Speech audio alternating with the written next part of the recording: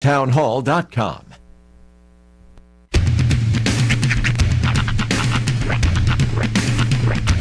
What in the wide world of sports is going on here? I promise you, whatever scum did this, not one man in this force will rest for 1 minute until he's behind bars. Now let's grab a bite to eat. Yeah, come on. I feel the hot wind on my shoulder and the touch of a world that is older. I hit the switch and check the number, leave it on and then I slumber. I hear the rhythm ringing through it, so they go guitar and cumbia music. I hear the talking of the DJ, the devil listen, what does he say? I'm on a Mexican radio, I'm on a Mexican radio. Broadcasting live from high atop the J.P. White Building in downtown Roswell, New Mexico. It's Mornings with Mike Winters on 106.5 Roswell's Talk FM. Is that what I sound like when I talk? Now, here's your host, Mike Winters. And good morning, one and all. Welcome to Mornings with Mike Winters. I am he. That would be me, Mike Winters. Happy Monday, everybody. Yeah. What a weekend. Dude, it was quite a busy one. A lot of weekend. A lot of stuff. Dude, I didn't stop the whole weekend. I was sort of like on a mission this weekend to be like super dad. Oh, okay. So like after the remote on Saturday, I picked up the kids from grandma's, and it just sort of was like nonstop. Let's go do stuff. Yeah. So yeah, it was quite the weekend. I saw your chilled rolled ice cream. Yep, went and tried Sundays. Tried to find folks over at Chill, and that is fantastic. I fully recommend it, by the way, if you haven't tried it. What's cool is it's not just the rolled ice cream. They do that, but they also do the boba tea. Oh, okay. They do all the snowy, all the flavors of the snowies that you could want. Okay. They do beverages. They do real fruit smoothies, which I think is like one of the only places in town that actually does the real fruit smoothies. So Okay. Nice. real nice, yeah. I just need the rolled ice cream. It's real good, dude. It's real good. Lots of cool flavors too. I didn't try the Hatch. That's next time I'm gonna do that. A green chili They ice have cream? Hatch green chili ice cream. Yeah. All right. Do they have a chocolate version? Yes. Yes, Maybe they do. I'm down with that one. The one I had was s'mores. It was Okay. a graham cracker with marshmallow, and it was real good. Yeah. And then, Hunter had the mango, and then Rhiannon opted for cookies and cream. I'll say it looked like a cookies and cream situation there. Mm-hmm. Good deal. Yeah. It looked tasty. It was good. And then, by the way, the drummer for Foo Fighters passed away. Yeah. I mean, that kind of got overshadowed after Will Smith and Chris Rock last night. So, yeah. Taylor Hawkins? Yeah. Yeah. 50 years old. Sad story. And they did his coroner's report. Haven't had the full autopsy yet, obviously, but Didn't look good. From what I they understood, found. yeah, a lot of opioids, marijuana. a lot of stuff in the system. I don't think the marijuana is so much a problem, but the opioids. A lot of people were Probably. saying that the biggest thing was he was in Colombia, and so the sources that he was getting his stuff from wasn't necessarily as trusted. Oh. Okay. That's what I'm hearing. Wow. It's crazy. I know. Yeah, and then of course last night's Oscars situation, which I didn't watch live. I was because my wife and I were like, all right, here's what's our options tonight. Yeah. Oscars or Mrs. Maisel. Guess what I was watching last Mrs. night? Maisel. We're almost done. I got like 2 episodes and then I'm all caught up, by the way. So, really? Yeah. Nice.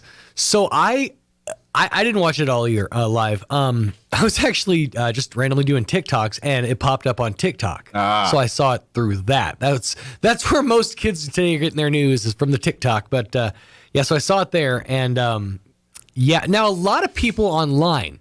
This is where it's kind of funny. This is why it's kind of cool to be a pro wrestling fan, because you're sort of like in the thick of it. A lot of people online are arguing whether this is a work or a shoot. I think it's real. I don't know, man. I mean, think it's real. I do, but also this. From 2020 to 2021, the Oscars experienced their biggest dip in viewership ever. Yeah. It went from like 16 million viewers in 2020 to 9.3 million in 2021. Yeah, rightfully so. So, of course. So the argument is, who's watching the Oscars anymore? That's been the joke for, on my show for the longest time was, who's watching the Oscars anymore? We need something big, something to shake it up a little bit. Yeah, I get that, but I'm not necessarily saying, here's what I think happened. I think they sent Chris Rock out with express, interest of specifically upsetting someone. Yeah. Make someone mad, I think is what the producers told Chris Rock. Was Chris Rock presenting an award? Yes. Okay, because he wasn't one of the hosts. They had Amy Schumer, and there was 3 of them all together were hosting this. Yeah, it was three female hosts. I can't remember. Amy Schumer and But yeah, anyways, I don't watch but Chris Rock was just an awards presenter or an award presenter. Okay. Yeah, so he's just making jokes and commented on Jada Pinkett and said something about G.I. Jane 2. Can't wait for it. Yeah. But that was because she was bald. Yeah, because she has the alopecia. Right. Yeah. Right. Now, I'm conflicted on this because, that's a low blow when someone makes fun of your wife. Sure. You bow up. I get that. However, I don't condone walking because if that was any other person in any other venue, they would have been in jail. Right. And that's the part that makes me more mad than anything. Yeah. If this was anybody other than Will Smith that walked up and did that, they'd be sitting in a jail cell right now or answering to charges. Right. And because it's Will Smith, he gets a pass. And I don't agree with. I'm like, no. You just now gave license for a bunch of people to do what they want and say, look, Will Smith did it. Right. You set precedent. Yeah. Yeah. That was literally assault and battery. Now I understand. If I was, Will Smith and this guy's bagging on my family on a national stage, I get a little salty. Sure. I understand that. But they're all Hollywood people. Time and place. This is kind of part of the gig. Everybody knows. This is why they pay them gazillions of dollars. Right. Everybody knows in Hollywood, if you have beef with another celebrity, you settle it in a celebrity boxing match. Everybody knows that. Ask Gary Busey. He's done it 7 times. What do you think his face looks like it does? Yeah. and cocaine is the reason. Well, and plus they bring these actors up there or these comedians up there wanting them to roast. That's their job. That's what they're supposed to be doing. Ricky Gervais was literally the host of the Oscars 3 years ago. Yeah. And he roasted everyone. Yeah. So that's kind of the bit. Is you're there to be a comedian, an entertainer. Yeah. So I'm conflicted on a lot of this. Maybe. And I have and I'm sure Chris Rock knew she had alopecia. I have no idea. I don't know, don't care. Because what they did was not right. But I understand. It's kind of like Chris Rock's bit. I ain't saying he should hit me, but I understand. It's kind of like that a little bit. That's funny. I just had flashbacks to that one episode of The Office. There's certain Chris Rock bits you can do, and there's certain Chris Rock bits that you just don't do. I'm not saying he should have done the bit, but I understand. So that's kind of but I have to go back and listen to that bit again. It's one of my favorite ones. I ain't saying he should have killed him.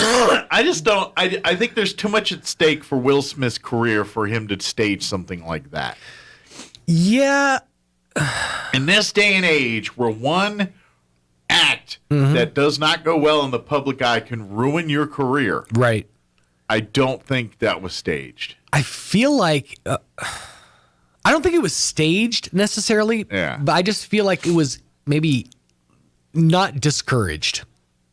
Well, no one tried to stop him. Where's security? Is there any kind of security in that building? Probably in the back. I know. So, now, did you hear about what happened after the fact? Not really. So no. Apparently Chris Rock apologized to him after the fact, and of all people, Denzel Washington was there to provide mediation. Well, I saw a commercial break thing, and Denzel and Bradley Cooper talking to him and all this. And then he gave his love speech after that when he won the Oscar. And if you ever watched The Soup with Joel McHale back in the day, I know of it. I had that flashback of Denzel Washington, unlikely voice of reason. Yeah, he was the unlikely voice of reason in the situation. Denzel Washington of all people. But apparently later, when Will accepted the award for, I think it was King George. Yeah. That's when he had the whole big love speech. He apologized to everyone except for Chris. Yeah. So, who knows? Maybe there's still beef. Oh, I'm sure there is. I mean, this is why we need celebrity deathmatch. I'm guessing he didn't like Chris Rock to begin with. Well, yeah, but who does? I think he's funny. He's very polarizing, I'd imagine, in Hollywood. He's upset a lot of people. Yeah, I'm just saying, I think he didn't like him to begin with, and then that was just like, what's this fool gonna be saying? And then he said it. No, but here's the thing: if you watch back, Will Smith laughed at first, like he was laughing. She wasn't. She had a look of shock on her face, but he was laughing. And then it cut back to Chris Rock, and the next thing you know, he goes, "Uh-oh!" That was so funny. He's like, I don't know what to do with myself right now. Well, and I'm wondering if for a hot minute he was going to cock back. Like he did kind of look like he was when he got slapped, he kind of gets blows back. But if you look at his hand, it looks like he's got a fist. Like he was going from recoil to slap. Well, that's fight or flight. That's just a natural reaction. For a hot minute there, I think he was considering knocking the living snot out of Will Smith. And by the way, no, we're not intentionally matching. Oh. Dang it. I didn't even realize. Crap. We're celebrating St. Patrick's Day 2.0. That's right. Actually, I'm going to wear a hat today, too, and I forgot the hat because it's going to be windy. Yeah. So I was like, I'm going to wear a hat. I didn't think about that. The hat. I went ahead and did my hair like a stupid moron. I'm having a bad hair day. That's why I was going to wear the hat. But you're not having a bad hair day. It looks good. Kind of bad. But anyway, it's down. Yeah. I think it was good. By the way, quick programming note. Mike is going to be out a little bit later this week. Thursday, yes. Thursday. I'm getting another colonoscopy, so I will be out Thursday. Personally, I think it's just his doctor is super into him. I think that's what it is. I think his proctologist is just like, Mike, it's been a while. It's very photogenic back there. It is. Yeah, you think Big Flat Mike looks good up here?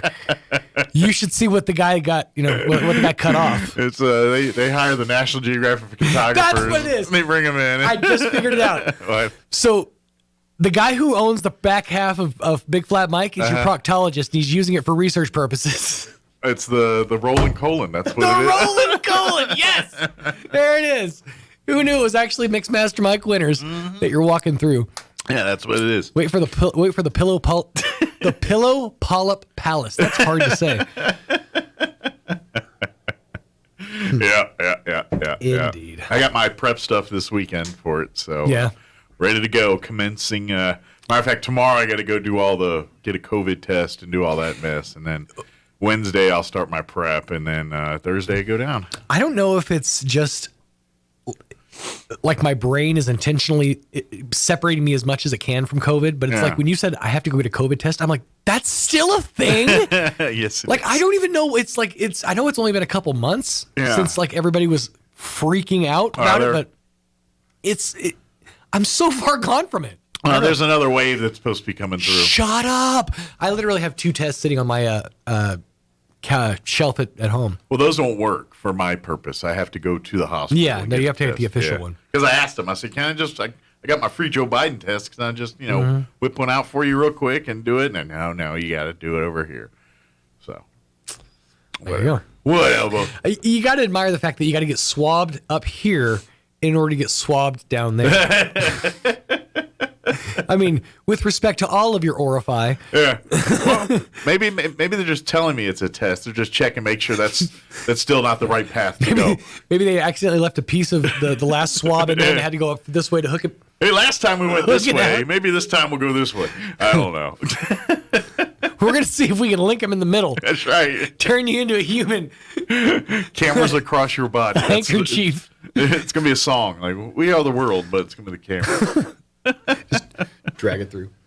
16 Keep pulling. handkerchiefs. Keep pulling. Up. They got a coat up. hanger through it. Yeah. Nurse, come in here.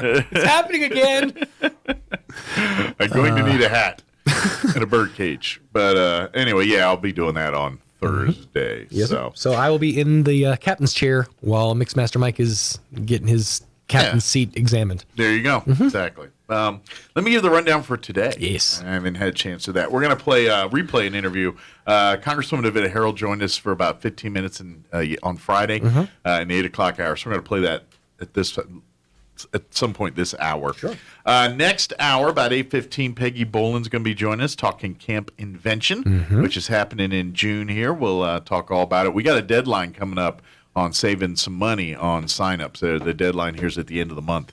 So, but we'll talk about that with her next hour. And then in the 9 o'clock hour, about 9:15, gubernatorial candidate Rebecca Dow is going to join us, and we'll chit-chat with her about her gubernatorial run here and talk about why you should vote for her for governor. So that's going to be about 9:15 or so. No relation, by the way. No, not to our Dow. To our Gene, our fearless leader, Gene Dow. No relation. No, yep, nor related to the Dow Jones people. No. No. Be awesome though. It would That's be where the money is. Well, actually my father-in-law was or is, I'm not sure if he's still, that one of the few he still has, is a CPA for one of the Bancrofts, which is actually the Dow people. So he gets to play with big money. Yeah, I think. Well, I don't know all the details, so I'm not really qualified. But I think he plays with the little of the big money. Like they got little money and big money, Sure. and he gets the little. It's still a lot of money. Yeah, their little money's like our huge money. Exactly. But, yeah. Their little money would be, I'm set for life. Yeah. That's their. Oh, that's my weekend spending money. Yeah. I scratched my shoulder last week, dropped $1,000. So about a Porsche. Hope the poors enjoy it. It is 21 minutes after 7 o'clock. Probably should do some weather. Indeed. We got some weather watches and red flag warnings and all that coming up here for tomorrow. But today, it's just going to be hot. So, But here's your weather. I'm meteorologist Steve Hamilton with your Pecos Valley weather. We've got gusty wind coming up, especially as we get further into the week with another low pressure system on the way. Very warm today. We'll be in the upper 80s and it should be sunny. Overnight, clouds and mid to upper 50s and breezy. And then for Tuesday, gusty wind up to 55 miles per hour.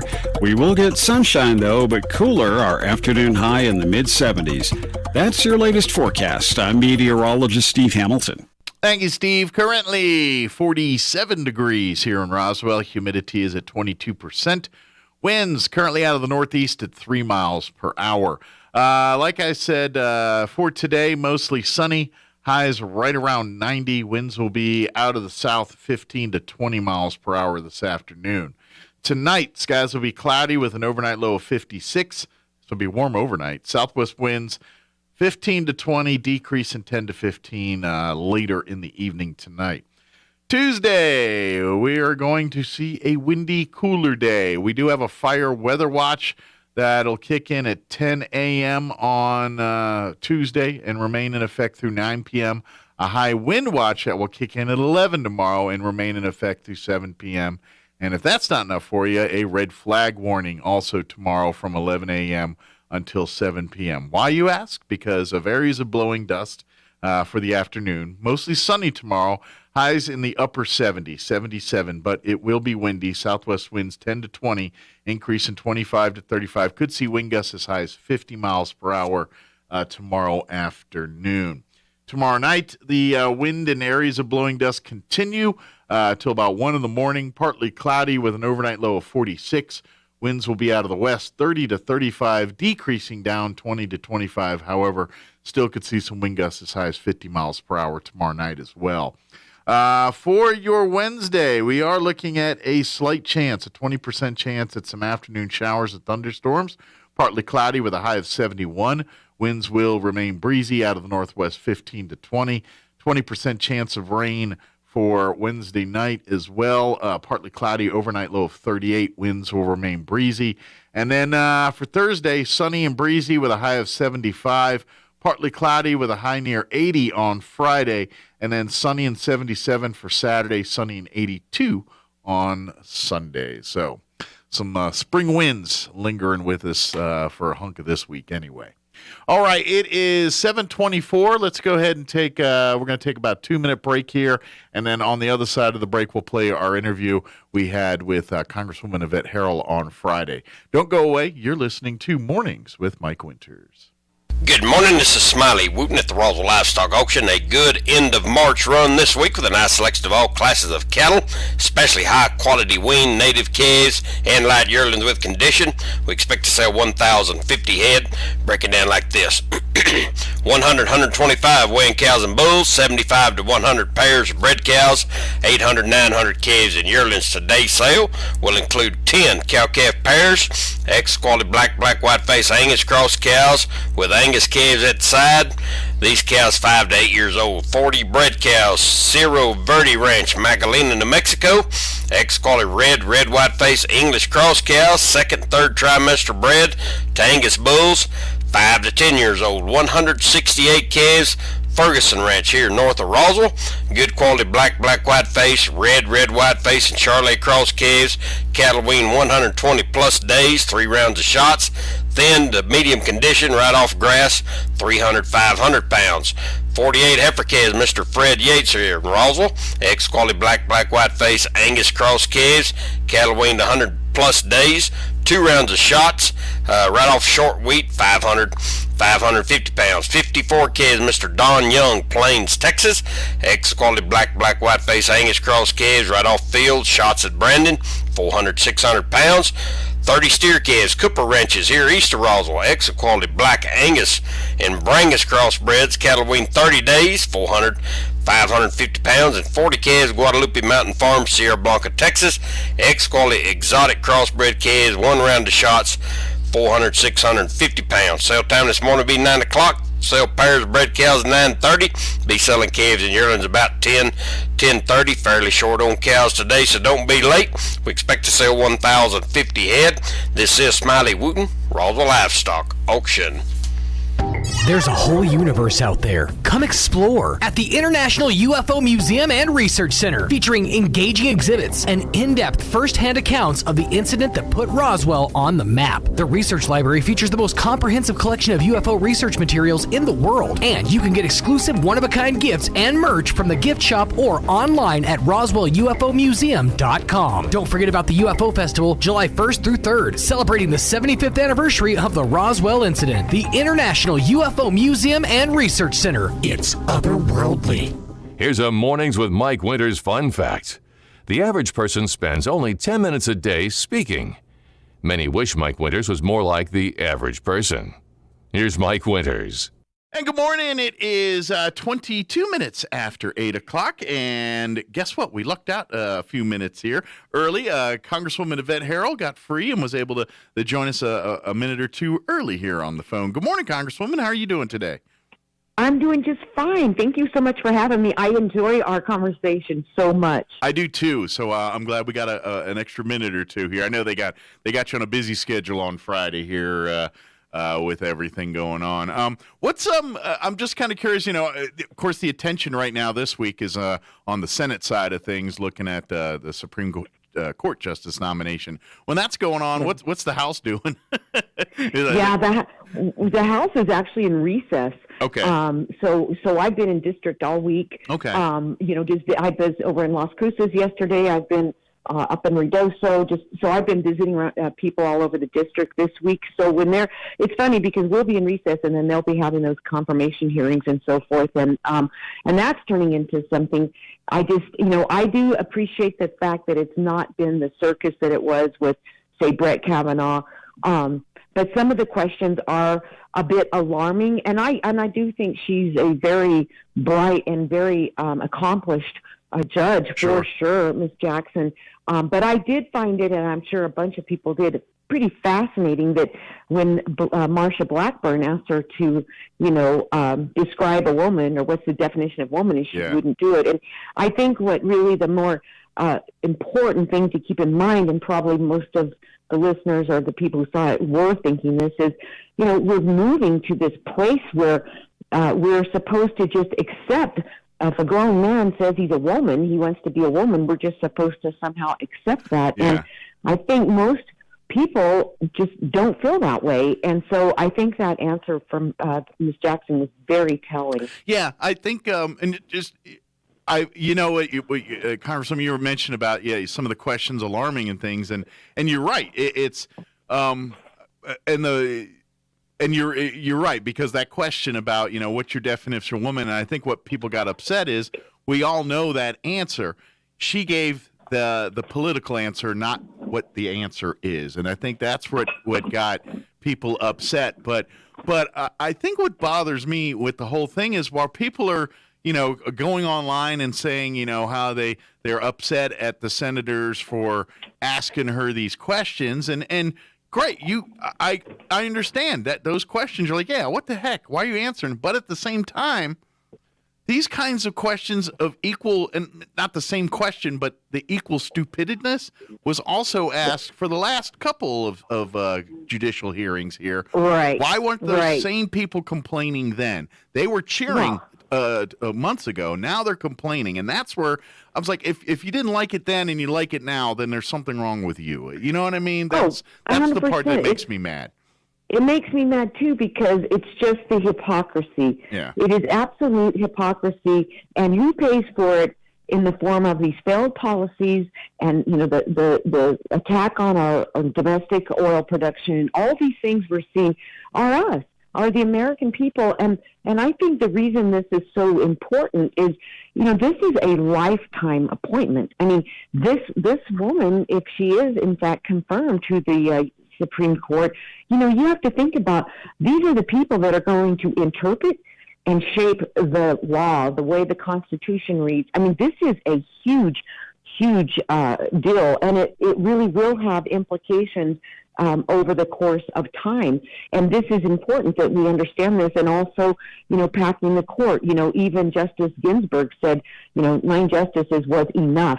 But of course, there are others that think there should be a larger number, and obviously that's due so that they can put more progressive judges on the bench. And then it will, in fact, change the way we look at our Constitution and the way law is interpreted. So very fascinating, very scary to think that we're in a place in our nation where we're having the kind of conversations that are actually taking place instead of building our nation up to a stronger place, working on our economy, working on small business development, working on bringing manufacturing of goods and pharmaceuticals and drugs back to our country.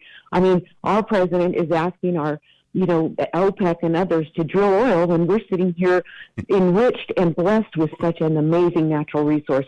It is making no sense, and I think that certainly the people of New Mexico, but the people of the country are starting to go, wait a minute, this is crazy. And I think there's people far right, far left, but I believe the synergy and the understanding of what's happening is really taking place, more in the middle. And it doesn't matter your party affiliation, your race. People are just starting to go, this isn't right. We're going down the wrong road. You mentioned that very thing, and you're talking about oil and gas production there. And I just saw on the news last night, in the 5 o'clock news, they were Senator Martin Heinrich. I guess he introduced some legislation in the Senate where in essence, he's basically standing out saying that America needs to not rely on Russian oil, petroleum. And so something where we don't accept or whatever, and I don't remember all the details of the bill he's proposing, but along those lines, that's what he's trying to do. And I'm sitting there listening to the story. I'm like, you are a senator for the state of New Mexico. Rather than telling us stop using Russian oil, which, yes, you're right, but offer the solution and say New Mexico's got you covered. Let's fire up our, you know what I mean? You're a representative of New Mexico. Represent New Mexicans and look out for us. Yes, I agree. We don't want to be on Russian oil, but guess what? We don't need to buy it from Saudi Arabia either. Let's buy it from New Mexico and Texas and our places, Exactly. I mean, you represent the number 2 producing oil state in the nation. Yeah. I mean, the jobs that are directly and indirectly attached to that, the communities, the schools, the budget, all these things. And I'm telling you, it is absolutely an attack on our fossil fuels to go totally green. Well, one, we're not there yet. I think most people would agree that, look, an all-of-the-above approach is a great idea, but we have to be sensible about it, and there's no way we can eliminate all fossil fuels and think that we are going to live in a normal setting the way we are used to living now with the goods that we use every single day. I mean, what's the backup plan for plastic bags or medical equipment or syringes or makeup or clothes or sports equipment or asphalt or I'm just looking around where I am right now thinking if everything in here that was touched by fossil fuel left, it'd probably just be the concrete slab, and the walls. I mean, they're not being honest with the American people about how many products we use every day that are touched by petroleum products and, the medications. I mean, so what makes me mad is, it's all green, let's do green, save the world, the environment. Of course, there's no regulations. We're asking countries that have no environmental regulations, and are certainly not the kind we have, to pump more oil. So it's kind of like, well, how are you trying to save the planet, save the climate, save the world, when you're going to ask people that countries that produce oil in a dirty fashion, it's dirty oil, they don't do it like we do. So how is that saving the planet? This is why that's the conversation that needs to take place.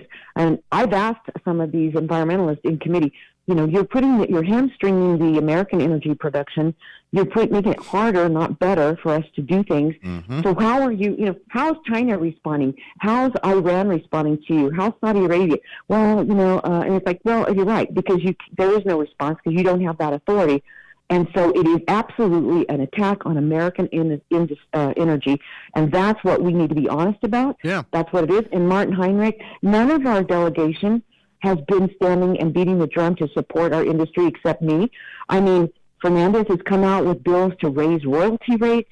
They're all about Green New Deal. It is fascinating that we would have people in Congress that would not understand the value of American energy independence and what the products and services are we use every day. And I think he's also helping to push, all LNG, like gas stoves and, all these other things. Well, guess what? Not everybody can afford that, just like everybody can't afford an electric car either. Sure, yeah. That was kind of the funny memes going around week before when everyone was like, oh, well, you can't afford the $4 gallon gas? Buy a Tesla. Yeah, because I can afford a $60,000 or $100,000 electric car. But, right. Yeah, well, that's how out of touch they feel. Yeah. Exactly. And here's the conversation that ought to be happening. Let's continue to push our energy producers to do it like they are cleaner. Let's give them the tools they need. Let's help them build out the infrastructure with the pipelines and the things that we know are necessary and stop hamstringing them. But here's the thing, and I want to kind of touch on this because I had mentioned it once before in our office. I don't think we've talked about it. There are now little surveys going around, and I know they are in the oil patch for those companies because I've seen them, where they're having these subcontractors, if you will, fill out surveys that they have to disclose what kind of impact their company has on the climate. And if they don't fill it out, or if they don't if they don't cut the mustard with the federal government, the feds are considering taking them off a list or putting them on a list where they could no longer be used as a subcontractor. Wow. This is an absolute attack on American free markets and capitalism. And just last week, the SEC, or actually earlier this week, the SEC put out a report, an article that said publicly traded companies, they are going to start having them fill out these same type of questionnaires to see how their companies, their products impact the climate. This is scary stuff. This is things that, you don't hear about this on the news. This is an absolute overreach and intrusion of our own government. I mean, there are problems around the world, and we see them, and we see it on the news, but the real fight is happening.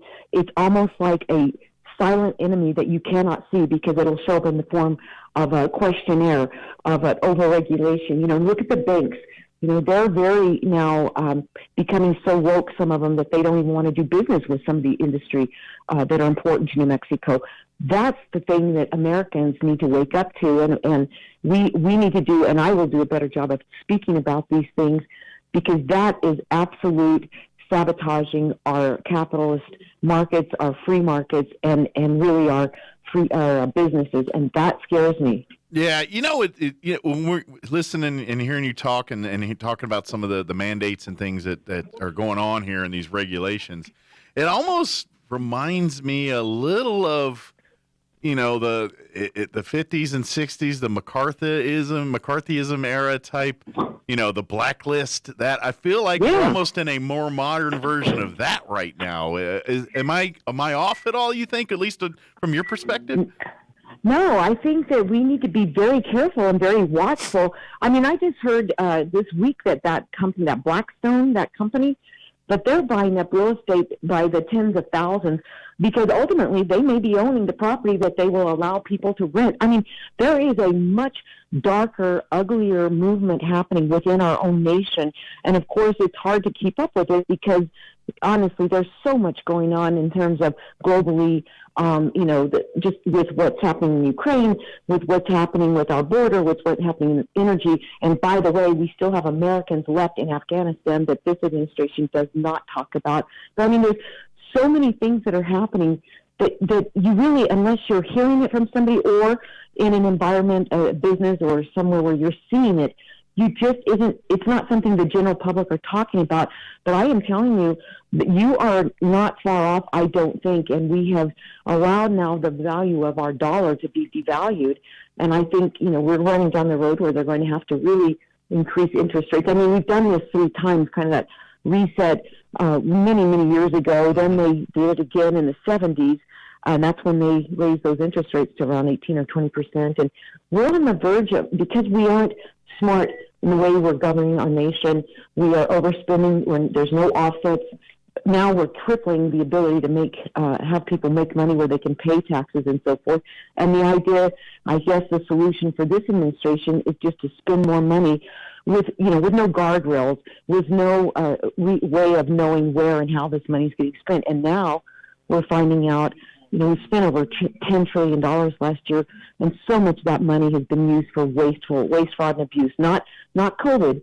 I don't think a golf course, and I don't think sport complex, and all these things that are being spent by our money, our taxpayer dollars, had a thing to do with COVID.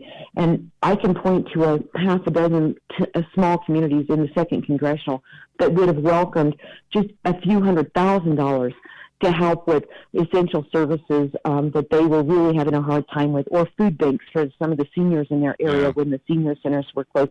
I mean, it just makes you sit back and go, first you think, is our government really this bad? Mm-hmm. And then you wonder, is our government really for America? Because it sure doesn't look like it at this point. And you're starting to see and think the way a lot of other people are, and it's scary to think that way. And it's scary to even say it out loud, but there is so much darkness going on to sabotage our small businesses, especially, and it's just scary to me.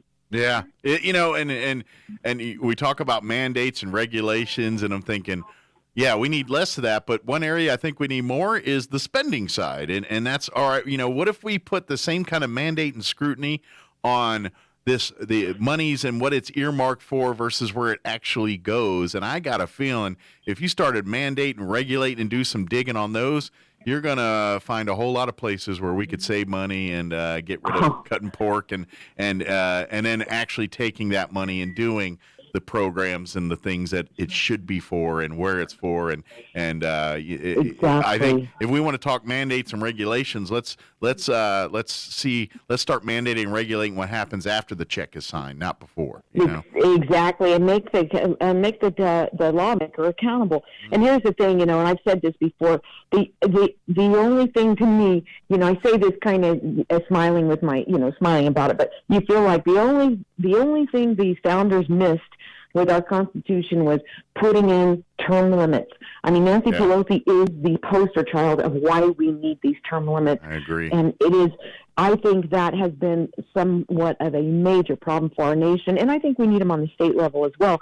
Because now, when you're looking at the big picture, we've got people, and I know we are short on time, but I want to say a couple of things. Yeah. You know, we now have the environmentalists and the special interest groups calling the shots. That's who's dictating to Nancy Pelosi and all these others. But here's the other thing that, and this is, to me, the most remarkable thought to have. Here we have a lot of members of Congress, not all, but there's a lot, especially on the Democratic side, who have never been in business for themselves, never signed the front of the paycheck, and the President of the United States has never been in private sector business. He's always been in public office. So every time that you sound the alarm, well, heck, there's the federal government to bail us out. He, you know, senator and then vice president and president. I mean, 40 years of public service of just using the government as your bank, you know, as your scapegoat, as your everything. These people have no idea the cost of doing business, what it feels like to lay awake at night to make payroll, and not only for that employee, but how that impacts their families and, you know, just the general costs in general of doing business. And these are the people that are pointing to all of us saying, you're going to do this, you're going to pay that, you're going to pay this for insurance. Oh, and by the way, we're going to now put these environmental regulations on you, and you have to sell. I mean, this is sabotaging what we stand for and what makes America so great. And we have people that do not understand that, and I think in some cases don't even love our country. Why are we going to change it to a country like Venezuela or you know, Cuba? It just baffles it in my mind. And how much of it's being done not because they think that's what's best for the country, but that's because it'll cover up the shenanigans they've been doing for the last 30, 40 years and saving their legacy, so to speak. You know, I mean, how much of that's going on? And it's like, oh, I don't know what my kids and how much generational wealth I've milked out of this system, and now I'm supporting my kids and everybody else on, even though it's something I shouldn't have done or didn't deserve or earn, you know? Right. Or how much of it is being done because special interest groups and these big corporations are in the back pocket of these politicians. So we're cutting off the little guy at their knees, making it tougher for people, small businesses that can't absorb these sort of costs. But, you know, it should be a little bit alarming when SEC puts out this report that they're going to start mandating this environmental, basically, survey, and then they put in there, you know, Google, you know, and some of these companies, they volunteered to do it. Well, heck yeah, because you're protecting them, because they're canceling our culture, because they're part of the problem, not the solution. And these crazy politicians and this administration are just happy to trot down that trail because they are following the money. And who's getting the short end of the stick every day is the American taxpayer, the American business owner, the American worker. That's who's getting the short end of the stick with this stuff. Yeah. It's 8:41. I'm going to get in trouble with Casey if I don't let I know you it. go. Yeah. We'll probably catch to it in a minute. So, well, I won't. It's my fault, too, because I just love being on the radio with you, but I won't keep you either. Yeah, well, but I appreciate the short visit, and we're gonna make Casey give us more time. Make you come in studio and sit down, and we'll have all kinds of time, and they won't be able to shut us up. So let's do it. Let's do it. I'll tell him that we agreed on that. I'll tell him that's our plan. There we go. Perfect. Anyway, well, you have a blessed weekend, and I just thank you so much for the opportunity to visit with you. Thank you, Congresswoman. Have an awesome weekend, and we'll talk to you next time. And we're praying for you. Take care. Thank you. All right. Bye-bye now. Bye-bye. All right, that was Congresswoman Yvette Harrell. I like to talk to her, but she had a very tight window there. iPad is a major purchase for most people. The steep cost is probably why we don't see those lines forming at the Apple stores anymore. But this is all about to change. I'm Kim Commando, brought to you by LinkedIn. Post a job for free and find qualified candidates quickly at linkedin.com/Kim. Apple has been quietly working on a new project that it hopes will entice more people to upgrade their iPhones and iPads every single time a new model is rolled out. Instead of coughing up $1,200 or more for a new phone, Apple's hoping that you'll actually subscribe to get new devices. Just like a monthly app fee, you'll subscribe to use your iPhone and iPad. Each time a new one arrives, you turn in the old one and resubscribe to get the latest one. No upfront fees. It will likely be a monthly fee that's blended into your bill to make calls and use data, and it's all part of your Apple Care plan. Apple's betting that those long lines to get new iPhones will make a comeback as soon as this year. Want more tech news? Hit Commando.com. Looking to take control of your health? Check GoodRx and finally stop overpaying for your prescription medications. Prescription prices can vary between pharmacies by as much as $100, meaning you're never sure what you're going to pay. Not only will GoodRx find you discounts, it also compares and finds the lowest prices at pharmacies near you, like CVS, Kroger, Walgreens, and more. Now, you'll always know what you're paying before you get to the pharmacy. Even if you have insurance or Medicare, GoodRx often beats your copay price. In fact, anytime you need to fill a prescription, just checking GoodRx could save you up to 80%. Taking control of your prescription costs is free and easy with GoodRx. For simple, smart savings on your prescriptions, go to goodrx.com/Kim. That's goodrx.com/Kim. goodrx.com/Kim. GoodRx is not insurance, but can be used instead of insurance. In 2021, GoodRx users saved an average of 79% on retail prescription prices. Now for a Pecos Valley news update, I'm Jared Sorello. UFO Festival tickets are now on sale. This year's Roswell UFO Festival is significant because it marks the 75th anniversary of the Roswell incident, which many believe was an encounter with aliens that crash-landed on a ranch near the city. The U.S. Air Force simply called it a weather balloon, but it's become an urban legend ever since. This year's festival runs July 1st through 3rd. All the details at ufofestival.com. The Chavez County Metro Narcotics Task Force recently received a prestigious award for their joint efforts in a special operation that eliminated a major drug trafficking operation. The task force is made up of members of RPD, the Chavez County Sheriff's Office, and federal agencies. The award was based on efforts 2 years ago in a year-long investigation that resulted in federal indictments for 18 people. As a result, the organization was completely dismantled. You're up to date. I'm Jared Sorello. I'm meteorologist Steve Hamilton with your Pecos Valley weather. We've got gusty wind coming up, especially as we get further into the week with another low pressure system on the way. Very warm today. We'll be in the upper 80s and it should be sunny. Overnight clouds and mid to upper 50s and breezy. And then for Tuesday, gusty wind up to 55 miles per hour. We will get sunshine though, but cooler. Our afternoon high in the mid 70s. That's your latest forecast. I'm meteorologist Steve Hamilton.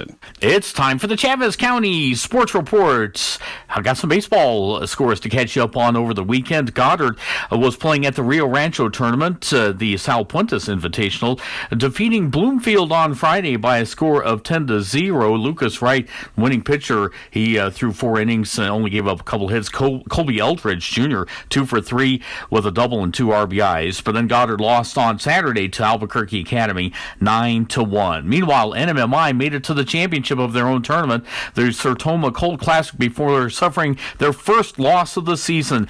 The Colts are now 9-1 after losing to Shiprock on Saturday, 8-4. They got to the championship by beating Santa Rosa on Friday by a score of 11-5. NMMI is right back in action today at Loving. Starts at 4 o'clock. The Sports Report brought to you by DSI. Call DSI for all your office technology needs. I'm Eric Butler at Roswell Talk FM 106.5. With the Wall Street Business Report, I'm Bill Alexander. General Motors is shutting down its pickup truck factory in Fort Wayne, Indiana for 2 weeks next month because the company has run short of computer chips. The auto industry continues to face supply chain issues more than a year after a global chip shortage first emerged in late 2020. Chip supplies have improved during the first 3 months of this year, but there's still uncertainty in getting supplies from chip manufacturers. With gasoline prices approaching $5 a gallon at some New York City gas stations, drivers for Uber and Lyft and the city's taxi fleets are demanding rate surcharges to help offset the rising cost of keeping cars on the road. A group of upset taxi drivers rallied Friday at a New York City gas station where regular gasoline had surpassed $4.60 a gallon. On Tuesday, drivers are planning to deploy a caravan across the Brooklyn Bridge to Midtown Manhattan to deliver their grievances to Uber executives. For the Wall Street Business Report, I'm Bill Alexander in Washington. They're back. The Yucca Blossom Trade Show is back and even bigger and better for spring. Saturday and Sunday, April 2nd and 3rd. It's the Yucca Blossom Spring Into Action Trade Show at the Eddy County Fairgrounds in Artesia. Even bigger than ever, with over 100 vendors across 3 buildings at the fairgrounds. And there's lots of activities for the entire family, including the Runyon Ranch Petting Zoo, MJWZ barrel cars, a cornhole tournament, face painting, kids get your picture taken with the Easter Bunny, and so much more. Plus, the food. Some of the best and most popular food trucks will be on hand so you can spend the entire day. Enter to win the raffle with a drawing live on 92.9 The Brand Sunday afternoon at 2 p.m., 9 a.m. till 5 p.m. Saturday, April 2nd, and 11 a.m. to 4 p.m. Sunday, April 3rd at the Eddy County Fairgrounds in Artesia. The Yucca Blossom Spring Into Action Trade Show. Don't miss it. Find Yucca Blossom Trade Days on Facebook to see some of the amazing one-of-a-kind items available to you during the Yucca Blossom Spring Into Action Trade Show, April 2nd and 3rd. This invitation paid for by Holly Frontier Navajo Refining Company, a proud member of our community. At Anderson Bethany Funeral Home and Crematorium, we honor and pay tribute to the achievements of your loved one by celebrating the life you shared together. Anderson Bethany Funeral Home and Crematorium is compassionate and cares about our local community and the families we serve here in southeastern New Mexico. Locally owned and operated, we will be here to help you decide how to celebrate the bond you've shared and pay tribute to the unique individual you've lost. Visit us at 2609 South Main in Roswell or call 622-5888. Central Valley Electric Education Foundation scholarships are now available for CVE members and their dependents. The scholarships can be used by graduating high school students or adults who are continuing their education. Applications are being accepted through April 15, 2022. Visit cvecoop.org/scholarships for eligibility and an application, or call Central Valley Electric Cooperative at 575-746-3571. Remember, these scholarships are available for students of all ages. Apply today. Hey, all you cats and kitties out there in Radio Land, listen up, because if you're thinking a cruise down Main Street in Artesia sounds like the perfect way to spend a Saturday, well, have I got news for you, because we ain't fooling around. It's the 23rd Annual Main Event Car Show and Cruise, coming up Friday and Saturday, April 1st and 2nd in downtown Artesia. Kicking things off on Friday, April 1st with a parade and cruise down Main Street at 6 p.m. Then come out for a stroll through Heritage Plaza Saturday starting at 9 to see amazing cars from all decades lined up for you to view. Classic cars to antique trucks and even some tractors. There'll be something for everybody. Best of all, spectators are free. For more information or to sign up, call the Artesia Chamber of Commerce at 575-746-2744. That's 575-746-2744, or go online to artesiachamber.com. Don't miss the 23rd Annual Main Event Car Show and Cruise, Friday and Saturday, April 1st and 2nd in downtown Artesia. Paid for by Artesia Lodgers Tax. Score a slam dunk during the March Mania Savings Event at Roswell Honda with a great lineup of vehicles you can't miss. Like a 2018 Kia Optima for just $279 a month, a 2011 Honda Pilot for just $249 a month, or a 2016 Audi A3 for just $219 a month. Get a 12-pack just for stopping by, a basketball with a test drive, and a Big 5 gift card with purchase. Score big during the Slam Dunk Savings Event at Roswell Honda, 2177 West 2nd. Or shop online 24/7 and see what's waiting for you at roswellhonda.com. Here's a Mornings with Mike Winters fun fact. Astronauts are not allowed to eat beans before they go into space because passing wind in a spacesuit damages them. The suits or the astronauts? Here's Mike Winters. And good morning. It is 7:57. Stay tuned next hour, about 8:15 or so. Peggy Bolin talking camp invention with us, as that's coming up here in June. But we're coming up on a deadline to receive a discount here for the upcoming camp if you got to get your applications in by the end of March here. But we'll talk more about that with Peggy next hour. I also found out the HBO has announced the team they're going to be covering for Hard Knocks this year. And I'm underwhelmed, to say the least. It's the Detroit Lions that they're going to be covering here. I kind of thought maybe Washington. This will be. I know they have like rules now on if you miss the playoffs or something, or if you make the play. I can't remember. There's like rules on who can go and who doesn't have to do it if you've done it in so many times or made the playoffs. Or there's like all kind of rules on on who has to do it or not, or doesn't have to do it, or any of this kind of stuff. So, but anyway, definitely underwhelmed by the Detroit Lions selection as I'll still watch it because why not? I like watching Hard Knocks. Although, you know what I missed? I recorded it but never watched was their mid-season Hard Knocks they did for the first time this year. It was around November time frame, I want to say, October, November last year. They did a mid-season Hard Knocks with the Indianapolis Colts. And I remember recording it, and then I was like, oh, I need to watch it. And then I got busy, never watched it. And then the NFL season kind of moved on, Super Bowl, and it just kind of, it seems kind of dated. Although now, might behoove me, because Carson Wentz was their quarterback at the time, and now he's playing for Washington. So maybe I should go back and watch those. But the Detroit Lions, I'll watch it. I'm underwhelmed. I would have liked to have seen a different team do it. It's at least it's not the Cowboys. It seems like every other year it's the Cowboys, so at least it's not them. I've seen that Hard Knocks about 50 times. Let's do one of the other 32 NFL teams. I've seen enough of the Ravens. I've seen enough of the Cowboys, and I'm ready to move on to other teams. So at least it's not those two. All right, it is closing in on 8 o'clock. Town Hall News next. We'll be back. Don't go away. Your home for Kim Commando in Roswell. 106.5 Roswell's Talk FM, KEND, Roswell, New Mexico. News this hour from townhall.com. I'm Rich Thomason. 3.8 million, the number of people the UN says have fled Ukraine since Putin's war began 33 days ago. Istanbul to be the site of the next round of Ukraine-Russia peace talks, two sides agreeing to the Turkish port city as the venue for those discussions. Ukrainian President Zelensky making an exasperated plea for fighter jets, accusing the West of cowardice. More from the BBC's Lise Doucette in Kiev. The explosions haven't stopped. A few moments ago, one was so powerful it shook the building where I am now. It is still a city where air raid sirens go off constantly, a city which has been emptied of half of its people, and this is a city which is relatively untouched. So if that's what's here, spare a thought for the rest of the country. This is a country which is in the middle of a war, which doesn't trust President Putin, a president who said he would not invade Ukraine, and so he did, and believes that this war is going to go on for some time. President Zelensky says the issue of neutrality should be put to Ukrainian voters in a referendum, but only once Russian troops have pulled out of Ukraine.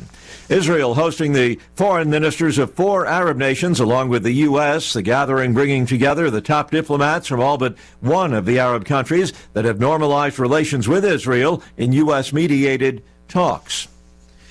North Korea says Kim Jong-un has vowed to develop more powerful means of attack. The report coming just days after the North's most serious missile launch in more than 4 years. The statement suggests that more weapons tests might be just around the corner. Stocks are mixed on Wall Street right now, with the Dow down 97 points, while the Nasdaq is 98 points higher, and the S&P is up 5 points. More on these stories at townhall.com.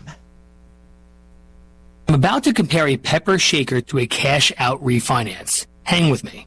You know when you're at a restaurant and they ask, would you like some fresh ground pepper? And then they crank that giant tube, but almost nothing comes out?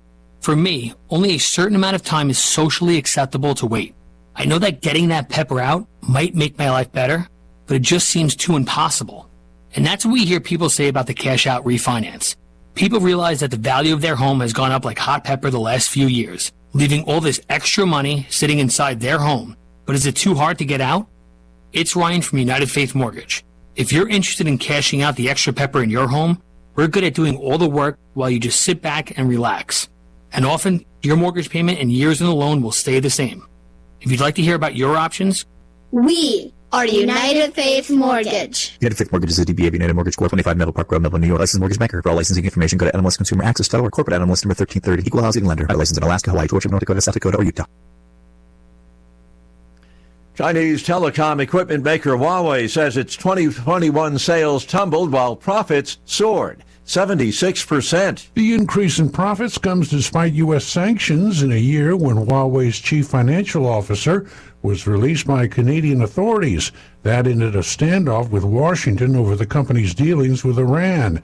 Huawei Technologies increased its emphasis on serving hospitals, mines, and other industrial customers after its smartphone business, once one of the biggest, was crippled by curbs on access to U.S. components and other technology in 2019. That's correspondent Jeremy House. China has begun its most extensive lockdown in 2 years to conduct mass testing and control a growing outbreak of the coronavirus in Shanghai as questions are raised about the economic toll of the nation's zero COVID strategy. News and analysis at townhall.com. Member of Congress stepping down. Nebraska Republican Congressman Jeff Fortenberry says he'll vacate his seat after he was found guilty Thursday of 3 felonies for lying to the FBI about an illegal contribution made to his 2016 campaign.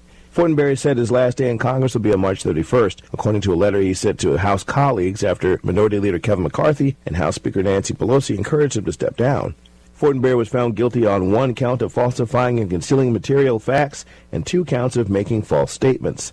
The congressman faces up to 5 years in prison and fines for each of the 3 counts he was found guilty of. Bernie Bennett reporting. Some apparently unscripted drama last night at the Oscars. Will Smith slapping Chris Rock on stage after the comedian made a joke about Smith's wife. The moment came as a shocker for the audience at the Dolby Theater in Hollywood, as well as for those watching at home. More on these stories at townhall.com.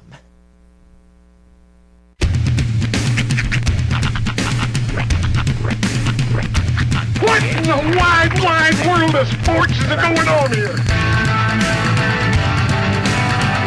I promise you, whatever scum did this, not one man in this force will rest for 1 minute until he's behind bars.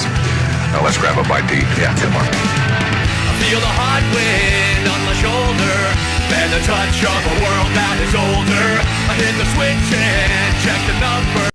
Leave it on and then I slumber. I hear the rhythm ringing through it. Flamenco guitar and cumbia music. I hear the talking of the DJ. The devil listen, what does he say? I'm on a Mexican radio. I'm on a Mexican radio. Broadcasting live from high atop the J.P. White Building in downtown Roswell, New Mexico. It's Mornings with Mike Winters on 106.5 Roswell's Talk FM. Is that what I sound like when I talk? Now, here's your host, Mike Winters. And good morning. It is 6 minutes after 8 o'clock. Welcome to hour number 2. That'd be the deuce. Of Mornings with Mike Winters, right here on 106.5 Roswell's Talk FM. Happy Monday, everybody. Yeah. Welcome to it. Can't stay. I'm in the middle of something. But happy Monday, everybody. Happy Monday. Hope you're having a good one. Kind of a wild weekend. Yeah, it was a good one. Busy one. Yeah. Yeah. The pool was packed yesterday. I mean, it was a real good day to go swimming. Center? Yeah, it was a packed pool. Good deal.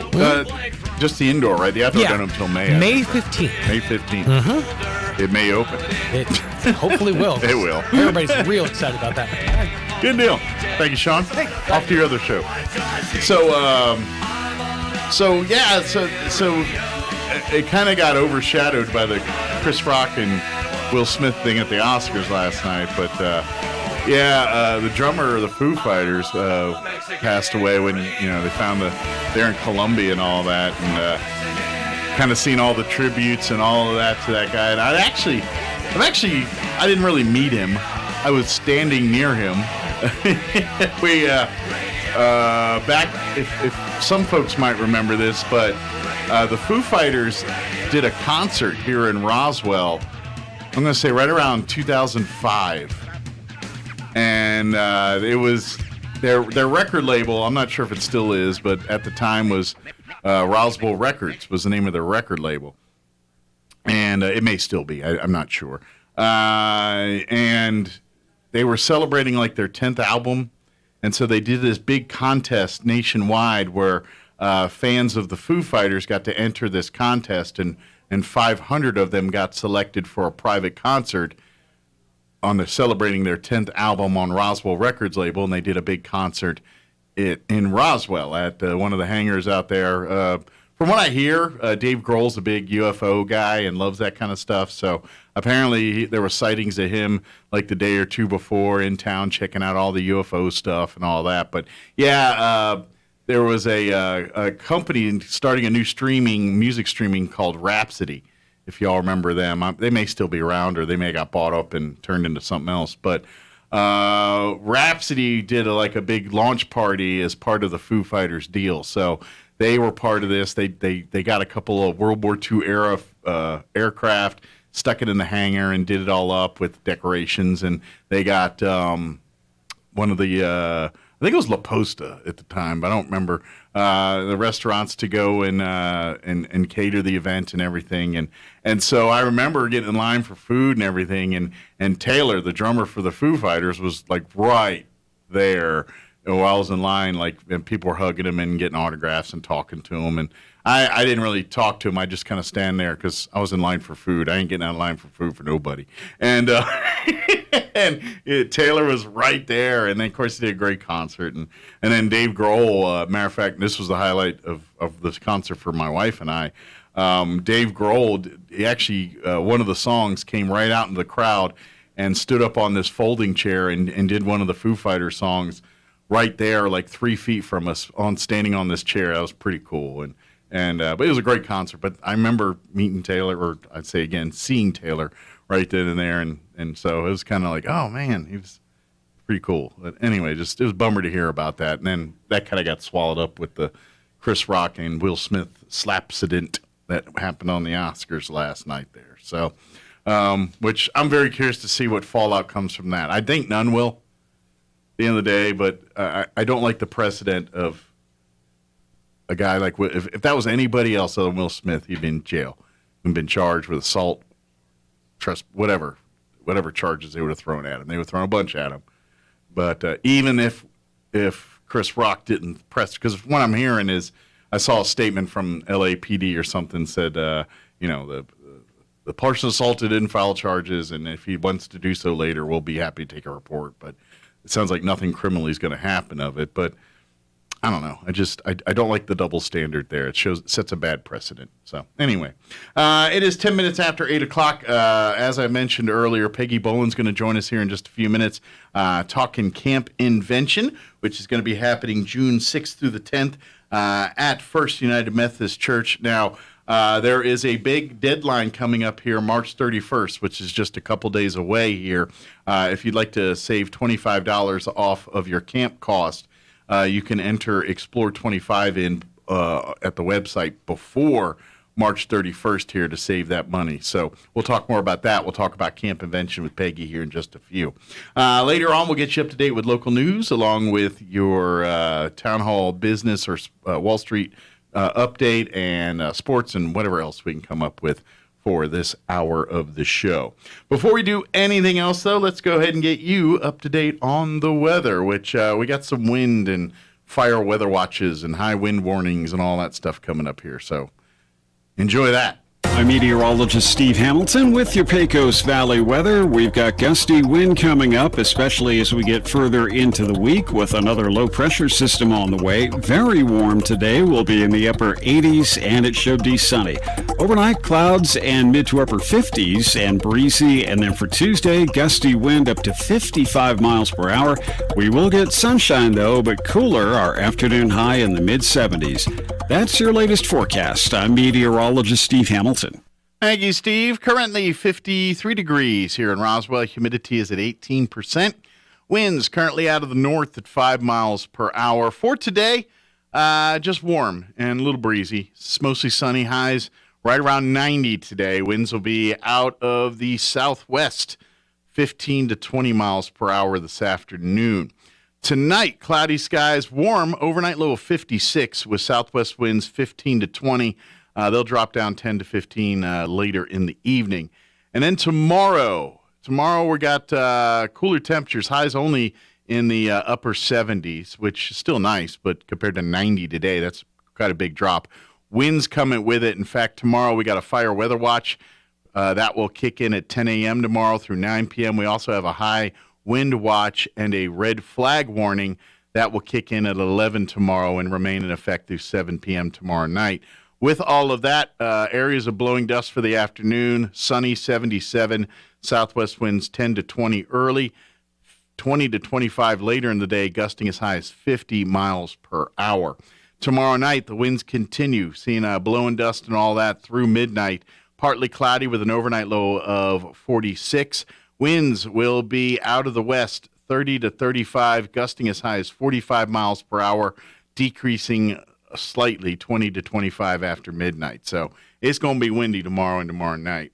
Wednesday, they're saying there's a slight chance of rain. We'll see how that shapes up, but a 20% chance of afternoon showers for your Wednesday afternoon. Partly cloudy with a high of only 71, which nice, but it's going to be 90 today. That's a big difference. Looking at northwest winds 15 to 20. Could see wind gusts on Wednesday as high as 35 miles per hour. That 20% chance of rain continues into Wednesday night as well. Partly cloudy with an overnight low of 38. It will remain breezy. Thursday, sunny and 75. Friday, partly cloudy and 80. And then looking at your weekend, sunny and 77 Saturday, sunny and 82 on Sunday. So some warm weather, some wind. Might even see a little rain this week. We'll see what happens. Cross your fingers on the moisture. We need that. We want that. That's a good thing. So hopefully we'll get some. All right, it is 8:15. Let's go ahead and take a quick commercial break. We got about 3.5-minute break to take care of. And then stay tuned on the other side of the break. Peggy Boland will join us talking camp invention. Don't go away. You're listening to Mornings with Mike Winters. This is John. Hey, my name is John Jackson. He's not some actor. He's a steward of the land with a John Deere 3 Series tractor and a PTO Quick Connect that hooks up rear implements with a single click. John runs with us because to him, there's nothing more important than connecting with the land. Nothing runs like a Deere. Hear John's story at Deere.com. Stop by Pecos Valley Equipment in Artesia and Roswell or visit us online at pecosvalleyequipment.com. Central Valley Electric Education Foundation scholarships are now available for CVE members and their dependents. The scholarships can be used by graduating high school students or adults who are continuing their education. Applications are being accepted through April 15, 2022. Visit cvecoop.org/scholarships for eligibility and an application, or call Central Valley Electric Cooperative at 575-746-3571. Remember, these scholarships are available for students of all ages. Apply today. This time of year, we all like to have fun talking about four-leaf clovers, rabbit's feet, and the luck of the Irish. But when it comes to finding a nice pre-owned vehicle you can really count on, you need more than just luck. You need a dealer like Roswell Ford. Here at the Tailgate Nation, we have the best selection of pre-owned vehicles in southeastern New Mexico. Great-looking late-model pickups, SUVs, sports cars, and family sedans. But more important than how they look is how they run, so Roswell Ford puts every one through a rigorous 139-point inspection. On top of that, Roswell Ford gives you a 3-day money-back guarantee, so if you find something you don't like, you can just bring it back. That's a lot more than luck. That's true peace of mind. And if you really have a nice car or truck you'd like to sell, please bring it by. We'll look it over and make you an offer on the spot. So when you're ready to move up to a newer vehicle, don't take chances. Come see your friends at Roswell Ford, the Tailgate Nation, at the corner of 9th and Main, and leave your rabbit's foot at home. Oasis Computers has been Roswell's trusted source for home and small business computers for over 30 years, and they continue to be your best resource for computer repairs, operating system upgrades, web root managed, antivirus, special orders, and more. Oasis Computers is now open from 8 to 1, Monday through Friday to better serve you. Service calls by appointments and after-hour appointments are available too. Stop by Oasis Computers at 1703 North Garden or call or text 575-625-9141 for even faster service. You want to feel important. You want to be a part of something bigger, something that matters and can help change things. You want to feel like you belong. We know. We felt that way too, and that's why we did something about it. We aren't just Army National Guard soldiers. We are normal people just like you. But our part-time service in the Army National Guard means we get to be more. When our communities are in need, we get the chance to stand up and do something about it. We get to serve in our own region and help the people we call neighbors. Whether they are in the mountains of New Mexico, the plains of Nebraska and Kansas, the ranches of Oklahoma and Texas, the farmlands of Missouri and Arkansas, or the bayous of Louisiana, we are here for our hometowns. And together, we can make a difference. Take on your legacy. Visit NationalGuard.com to find out more. Sponsored by the New Mexico Army National Guard. Aired by the New Mexico Broadcasters Association and this station. Here's a Mornings with Mike Winters fun fact. China has more English speakers than the United States. They have more Chinese speakers, too. Here's Mike Winters. Some people are like, really? That's fascinating. Good morning. It is 18 minutes after 8 o'clock. And joining us in studio this morning, wearing her Camp Invention hat today, Peggy Bolin back with us. And shirt. And the hat is metaphorical. The shirt is actual. So. Right. Good morning. Happy Monday. Good morning. Thank you. How are you doing today? I'm awake. That's a start. That's always a good start here. You know, I had my muffin, so there you go. And at least it's warm out. There this you go. morning, so all is good at the moment. Anyway, here for folks, for folks who are not familiar with this, Camp Invention is a great week-long day camp for elementary mostly, but there's an opportunity for middle school through their Leaders in Training program too, but predominantly for elementary-aged kids, and it's a week-long fun day camp where they do fun STEM-related projects. And it's all age appropriate. So the young, and there's set projects, and we'll talk all about this, that they work on each week. But like the younger each day, not each week. Each day, I'm sorry.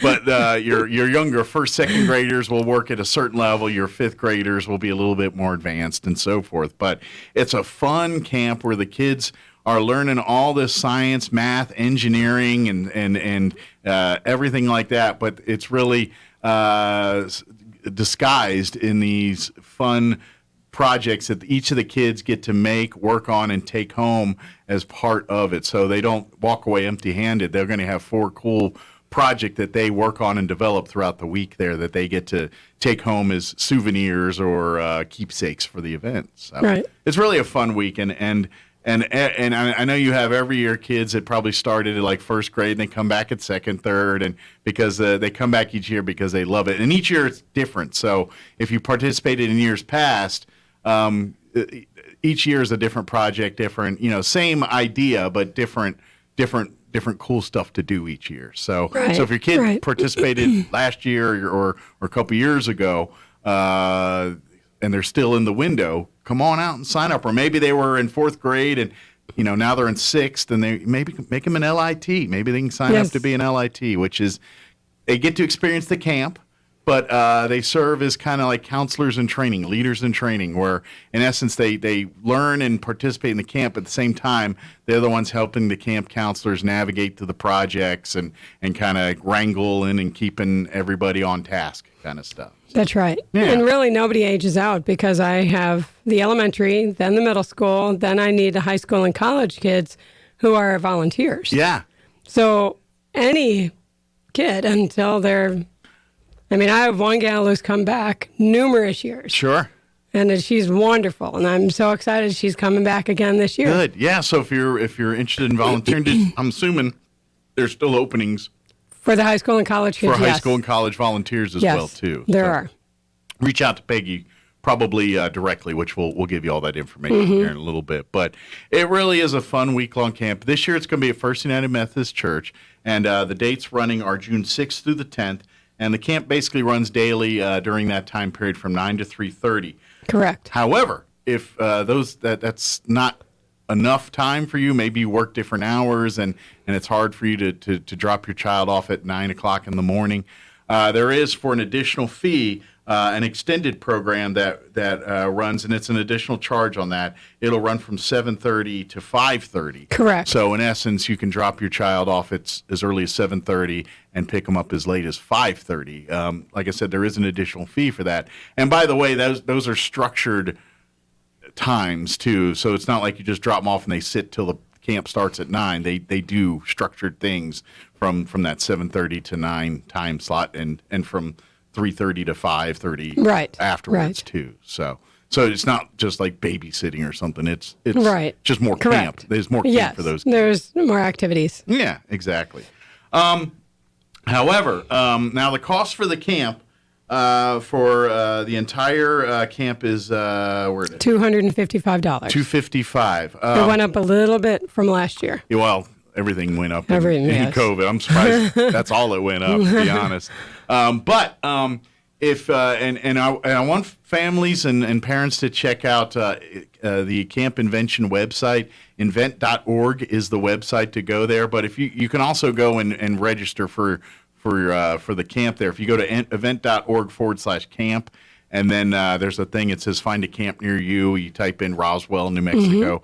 It pops right up to the page where you can sign up, register, learn about what's going on. And also, when you do sign up through the website, there's a spot where you can enter in an offer code and get a discount.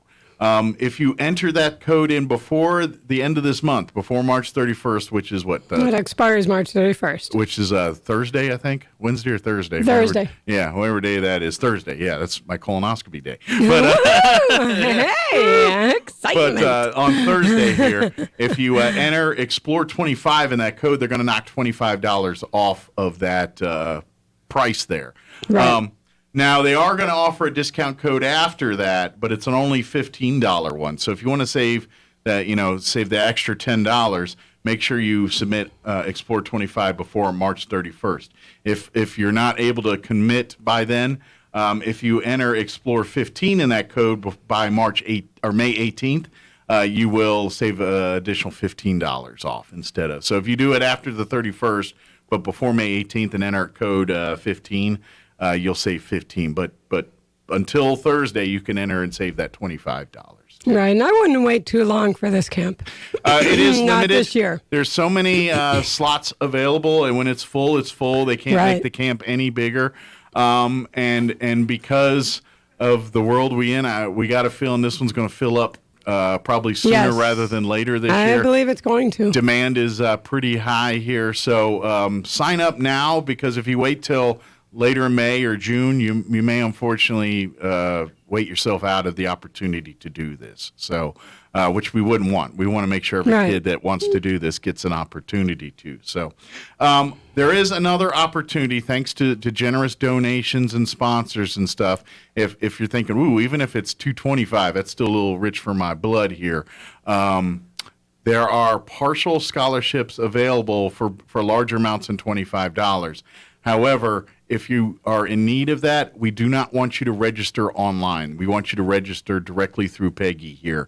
That way, because Peggy's handling locally all of the local scholarships and things. Yes. So if you need financial aid that is more than the $25, we need to talk with her direct. That way she can talk to you and see what we can do to help you out there.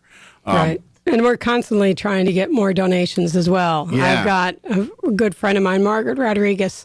I don't know if you know her, but she's phenomenal. Awesome. Yeah, she helps me gather scholarships as well. So between us, we get some good donations. Okay. So I'm really hoping that people reach out to me and say, hey, I need a little help, need more help than $25 off. That's why I'm here. Yeah, absolutely. So if you're listening here and you're thinking, man, I love what Camp Invention's about. I love what they're teaching. I love especially since kids are playing catch-up in school because of COVID the last 2 years, any extracurricular opportunities we can expose them to this kind of stuff in a fun way like this, that's a good thing, and I would love to embrace and endorse that. You can do so by making donations, whatever you can afford, $100, $500, $1,000, $20, whatever it is you can afford. We would love to. All of that will go, and if it doesn't get used this year, it gets used in future years because Peggy has not thrown in the towel yet. Thrown in the towel and said she's not stopping doing this anytime soon. So if the money doesn't become awarded this year, they'll roll it over and award it to parents as needed next year. So so please sign up, and then like I said, if you're a parent that needs help, Peggy will not do a full scholarship. She wants you to at least have some skin in the game and some investment into this program. So she's going to ask you to pay something, but they can help out pretty immensely if the need is there. So please reach out to Peggy. She's got some great people working the phones and getting donations and doing this. And we don't. If there is a child in Roswell, Chaves County that wants to participate in Camp Invention, the $250 should not be the hurdle. You know what I'm saying? That we can figure out. We'll the rest will make happen. But we need your desire and your interest. So please reach out to this. And I'm telling you, don't wait. Get it done now. We've also had grandparents who have kids visit from Texas or wherever. For their 2 weeks or whatever. For their week or two with grandma in Roswell, and the grandma signs them up for camp. Mm-hmm.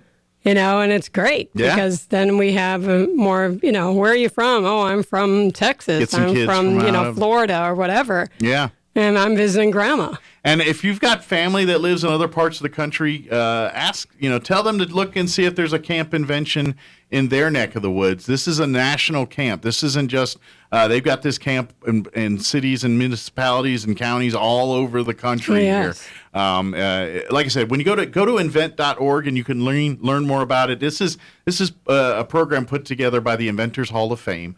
And so, and obviously this is a group of people that wants to groom the next generation of inventors and science. And so this is right in their wheelhouse. So they're basically using this to in essence, make STEM more popular in this country, but grooming for the next generation of people that are going to make the next products and things that we can't live without, or the way we do things now will be different in the future, and it's going to be because somebody has a big brain and they're studying this kind of stuff. And so these kids, when they're learning about, and we're going to talk about I'm going to let Peggy kind of tell you about the projects here in a minute, but when we're talking about these robotic fish and things like that, they're just thinking it's fun and cool, and at the end of the day, they're learning the principles of how fish swim, a little bit biology, of mechanics, physics, the biology, chemistry. It's all of that translates to getting that bug bitten about being into science and math and seeing the cool that's behind it and what you can. It may not be sexy and exciting talking formulas and principles and all that, but when you learn these, you can make this or make the thing that we haven't thought about yet. That's where it gets exciting. So please talk about it. So Peggy, talk about like I said, they do 4 different, modules. Is that right? They're called modules. Modules, which are in essence projects that they work on throughout the week here. Let's talk about what's on tap for this year's modules. Okay, so the first one is called Robotic Aquatics. Okay. Campers create a habitat for a robotic fish, complete with a symbiotic friend, and then take their fish home in its mini tank. And I brought the fish with me. Okay. So the viewers can see it. Here's the mini tank. And for folks, when it's a robotic fish, the tail moves, and so when it's put in that water, when it's all up and running, that little robotic fish will swim around in your tank there, and the kids get to kind of check it out and understand how that's happening, why it's happening, and learning a little bit about fish anatomy and why that they move that way and so forth. So. And it does swim in water.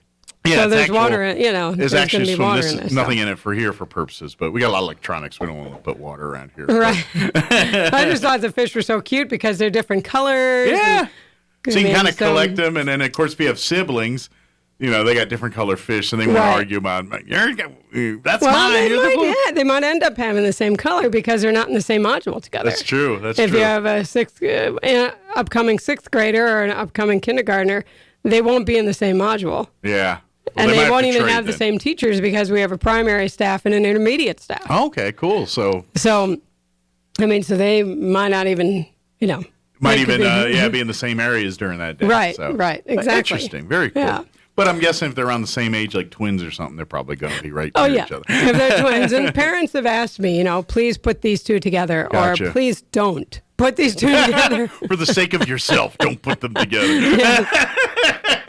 So, I make sure that, if the parents do make requests, I try to, unless it's like I want my kindergartner with a 2nd grader. Sure. That's different because we want to get them. Put them in age-appropriate groups. Yeah, we don't want the kid that's in the younger to be lost because the curriculum's a little above their head. Or vice versa. Or below. Yeah, you don't want the 2nd grader in with the kindergartner. Yeah. If it's not appropriate. Yeah, you're absolutely right. So that's why I'm very, I really spend a lot of time just putting the groups together. Sure. To make sure they click. Yeah, absolutely. And it's also for your own counselors and volunteers.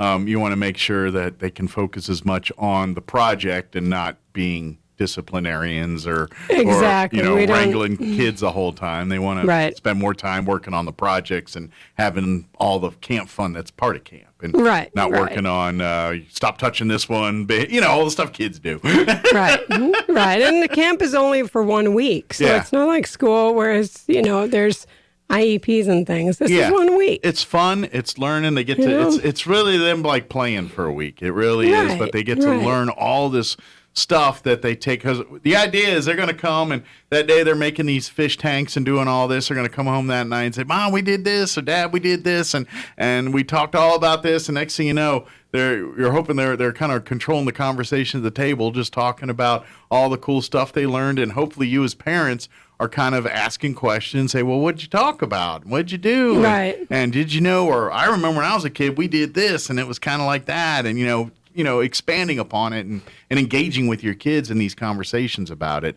And I think you're gonna see the fruit of the rewards of this camp real quick. Definitely. So. And the kids love to come back. I mean, it's like a little girl came up to me the other day. Oh, my mom already signed me up for camp. Good. I had so much fun. I still have my microphone from last year. Nice. And I imagine that's your biggest advertisement is these kids that have done it in the past. Oh, yes. And they talk it up to their friends. And speaking glowing reviews. Yeah. So talk to the kids and get them signed up. I guarantee they're going to love it. It's great because with this camp too, it's they get the social interaction, they get all the things that may be missing here. They get snacks. Like your kids in good hands for the day here during that week. There. This year I want to reiterate something. We are not going to be providing lunches. Okay. So the parents are going to have to provide their lunches for the kids. You'll have the snacks and things. We'll have the snacks, but it's full on lunch. Full on lunch. Parents are they're going to bring their own. Gotcha. Yes. Very good.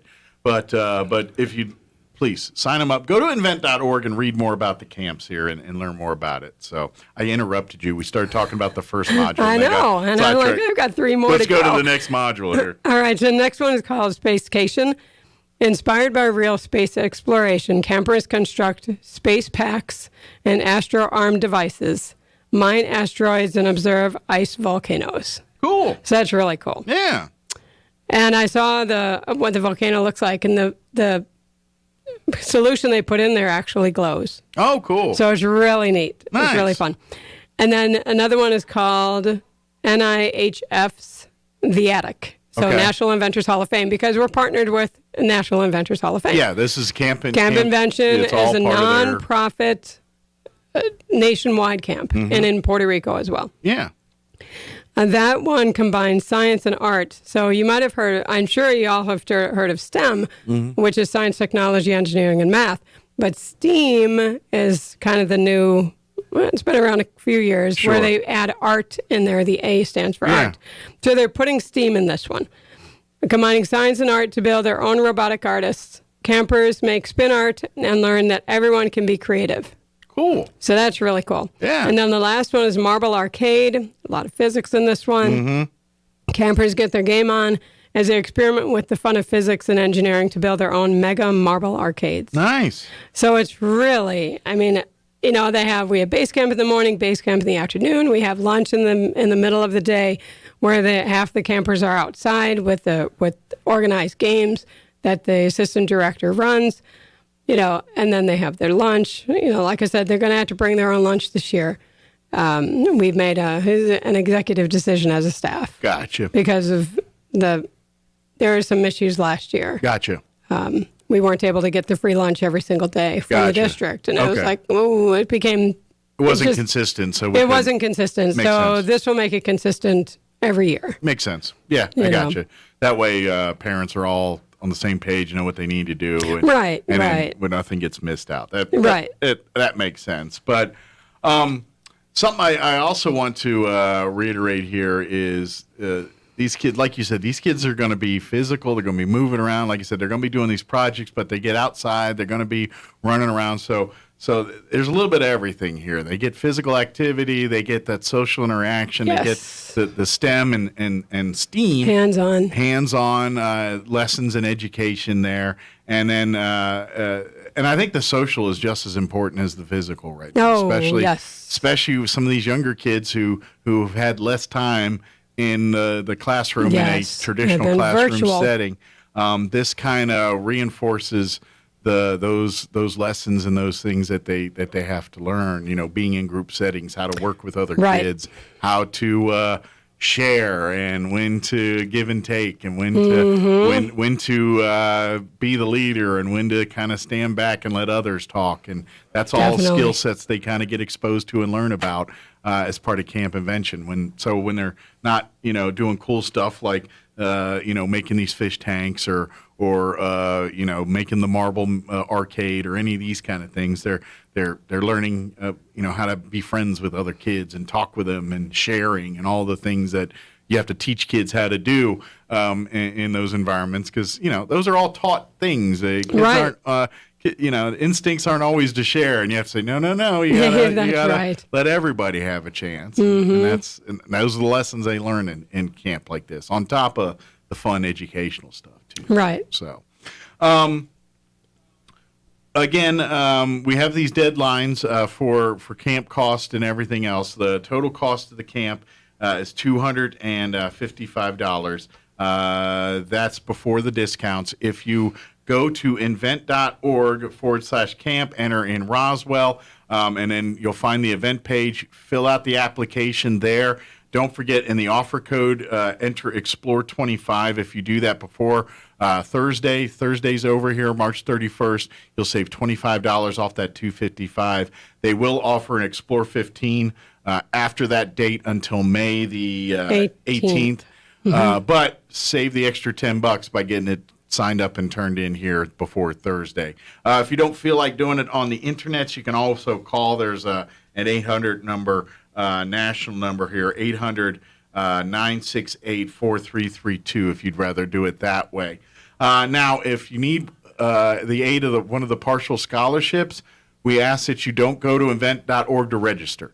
You can go there to read and learn and everything, but when it's time to sign your child up, don't sign up through the website. Call Peggy Boland direct here, and I'll give you that number right now, 575-420-9955. Again, that's 575-420-9955. Leave a voicemail if you don't get Peggy directly. If you call right now. Because I've been busy. She's not going to answer the phone.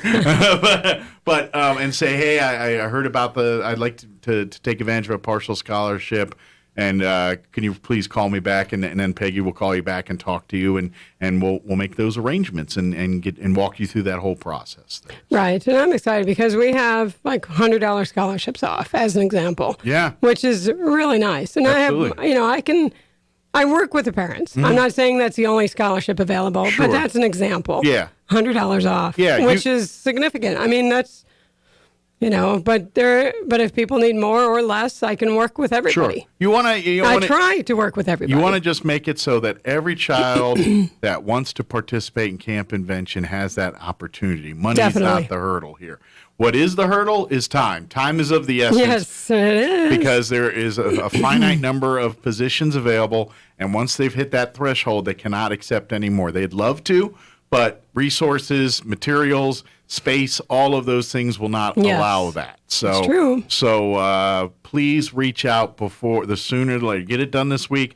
Like I said, if you want to save that $25, get it signed up through invent.org before this Thursday. And of course, if you don't need any of that, then pay full price. It all goes to the camp and to the programs and to the event. So really, you're helping a nonprofit by paying full price too. So if you can afford it, and don't mind paying, you are helping a nonprofit here and helping continue this education and things like that. So, but if you do need help, reach out. Those are many different venues and things like that to take advantage of. And right. I'd hope it would be really cool if your kid all of a sudden one day becomes Passion X because they were hanging out at Camp Invention working on one of these projects, and next thing you know, that child in the future is working for NASA or working at who knows, working for Elon Musk doing something That's there, right. you know? Exactly. Or is the next Elon Musk, for that matter. That's right. Wouldn't that be cool?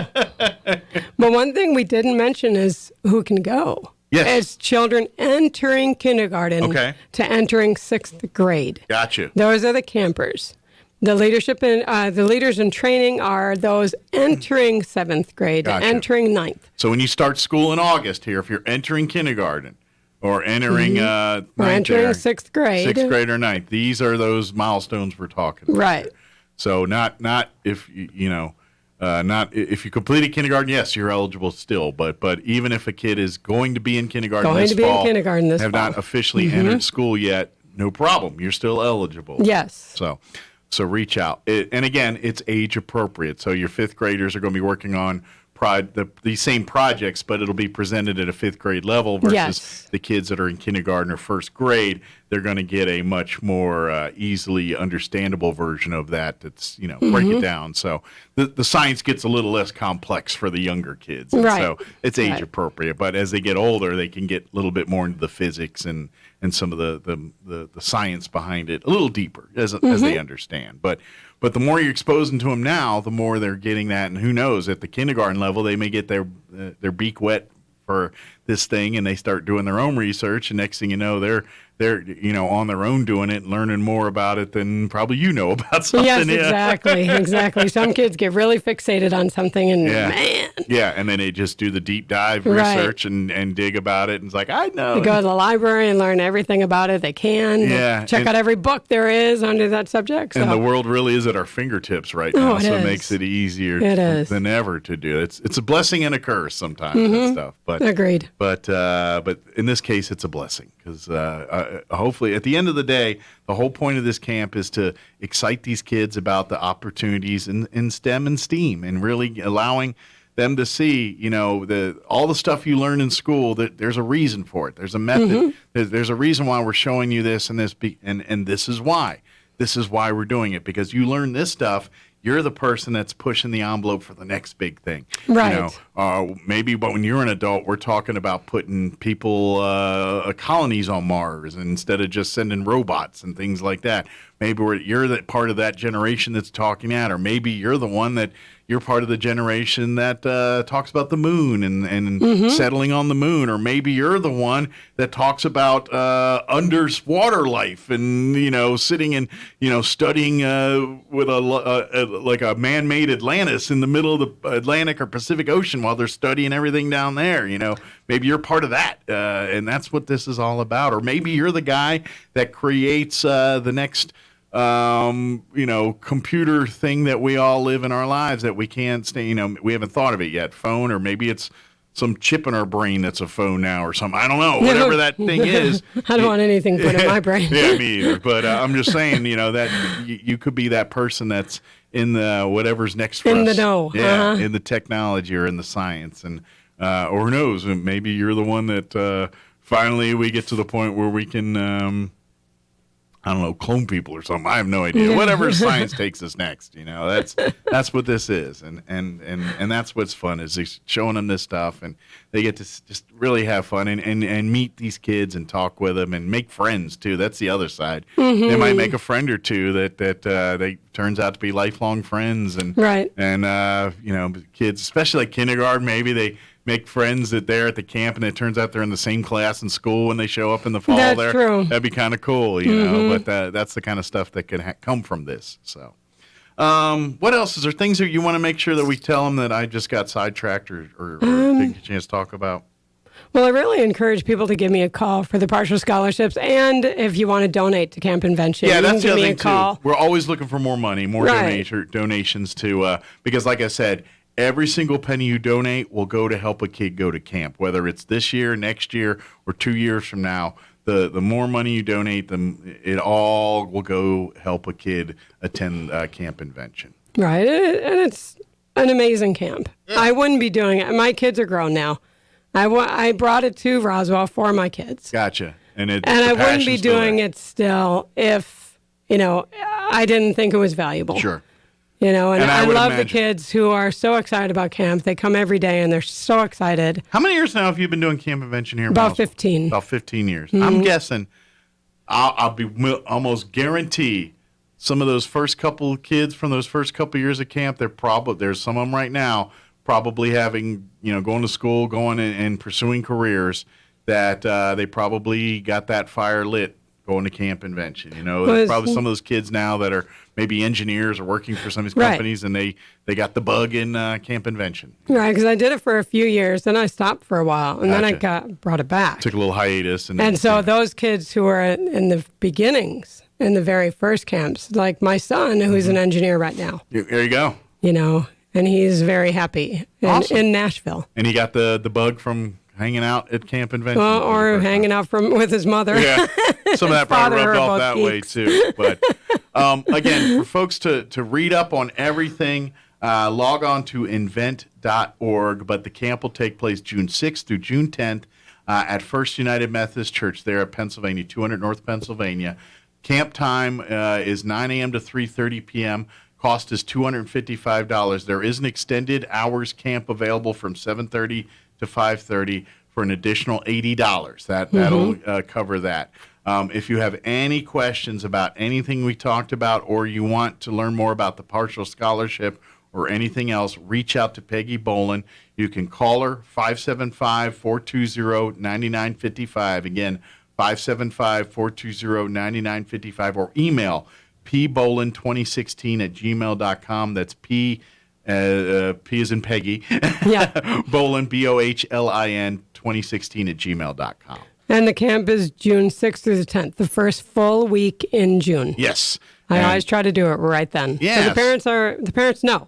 Oh, okay, I'm going to block this week off because camp convention's going to happen. That way you've got their vacations planned or Right. whatever things you got going on. You can earmark that time as camp convention. Right, and I told my son he better not get married the first week in June. Yeah, because we're going to have to delay that wedding. That's right. Or push it up before, one or the other. That's right. But and again, it's for children entering kindergarten through 6th grade for the actual camp. If they want to be a part of the LIT program, that's for kids entering 7th through 9th grade. Right, and it's $100 off. Yeah, that's so $100. it'd be $155 this year. But like I said, you get to work as basically like a camp counselor. You kind of help. Right, you're getting mentored. Yeah. They're getting mentored by the But at the same time, teachers. you still get to have fun and learn the science and get to participate in the activities and things too. So you get to dab a toe in both worlds there a little bit. Right, and I did want to mention the ratio as in the groups is about 20 to 1. I mean 20 kids. 20 kids. 20 to 1. 20 kids, yes. Very good. So they work in groups about 20 or and less. Or less. And I then, try of to course, make them, like the youngest kids, the kindergartners. I try to make that. Hopefully, that's the smallest group. Yes. Because they need the most attention. They do, because they're the ones that are going to, have the most. Well, they're still developing motor skills and all the skills where a child that's in 5th or 6th grade, they're going to be a little bit more developed on those things. And so that's more on the learning, where a kid in kindergarten or whatever, they're not only they still absorbing things, but, working with their hands and developing those skills and things. They're still working on that, developing those skills and things like that. So this is great for all that. So, but you're right. Yes. It does require more hands-on, more And hands-on, yes. and a little bit more hand-holding to navigate them through each step of the process. Right, and I have volunteers who help as well. I mean, there's a lot of people involved. It's a lot of fun. It's a lot of. It is. Again, go to invent.org, read up more about it. If you know campers of the past, talk to them, get their inputs. I'm sure they'd love to tell you all the fun things they did. And once you hear that, that'll probably seal the deal for you on making the decision to sign up. Because I don't think there's any kid that's gone through that did not love the camp and take away some really cool stuff from that camp. Oh, yes. And months afterwards, they're still talking to their friends about what they did at camp and bringing it to show and tell when they go back to school in the fall Right. and all that kind of stuff. So very good. Invent.org is the website to check out. Or Google Camp Invention. Yeah. It'll get you there. Absolutely. Well, thank you. As always, appreciate it, Peggy, the visit. We'll see you here next time. And, Yes. Whether it's your library hat or your camp invention hat or Leadership Roswell hat or whatever other hat. I have a lot of hats. You are correct. Very good. Thanks, Peggy. Don't work too hard. Thank you. We'll see you next time. Thanks. All right, it is 8:52. Let us pause for local news and a quick commercial break and all that. Don't go away. Let's fight me. Hold on. Now for a Pecos Valley news update, I'm Jared Cirillo. UFO Festival tickets are now on sale. This year's Roswell UFO Festival is significant because it marks the 75th anniversary of the Roswell incident, which many believe was an encounter with aliens that crash-landed on a ranch near the city. The U.S. Air Force simply called it a weather balloon, but it's become an urban legend ever since. This year's festival runs July 1st through 3rd. All the details at ufofestival.com. The Chavez County Metro Narcotics Task Force recently received a prestigious award for their joint efforts in a special operation that eliminated a major drug trafficking operation. The task force is made up of members of RPD, the Chavez County Sheriff's Office, and federal agencies. The award was based on efforts 2 years ago in a year-long investigation that resulted in federal indictments for 18 people. As a result, the organization was completely dismantled.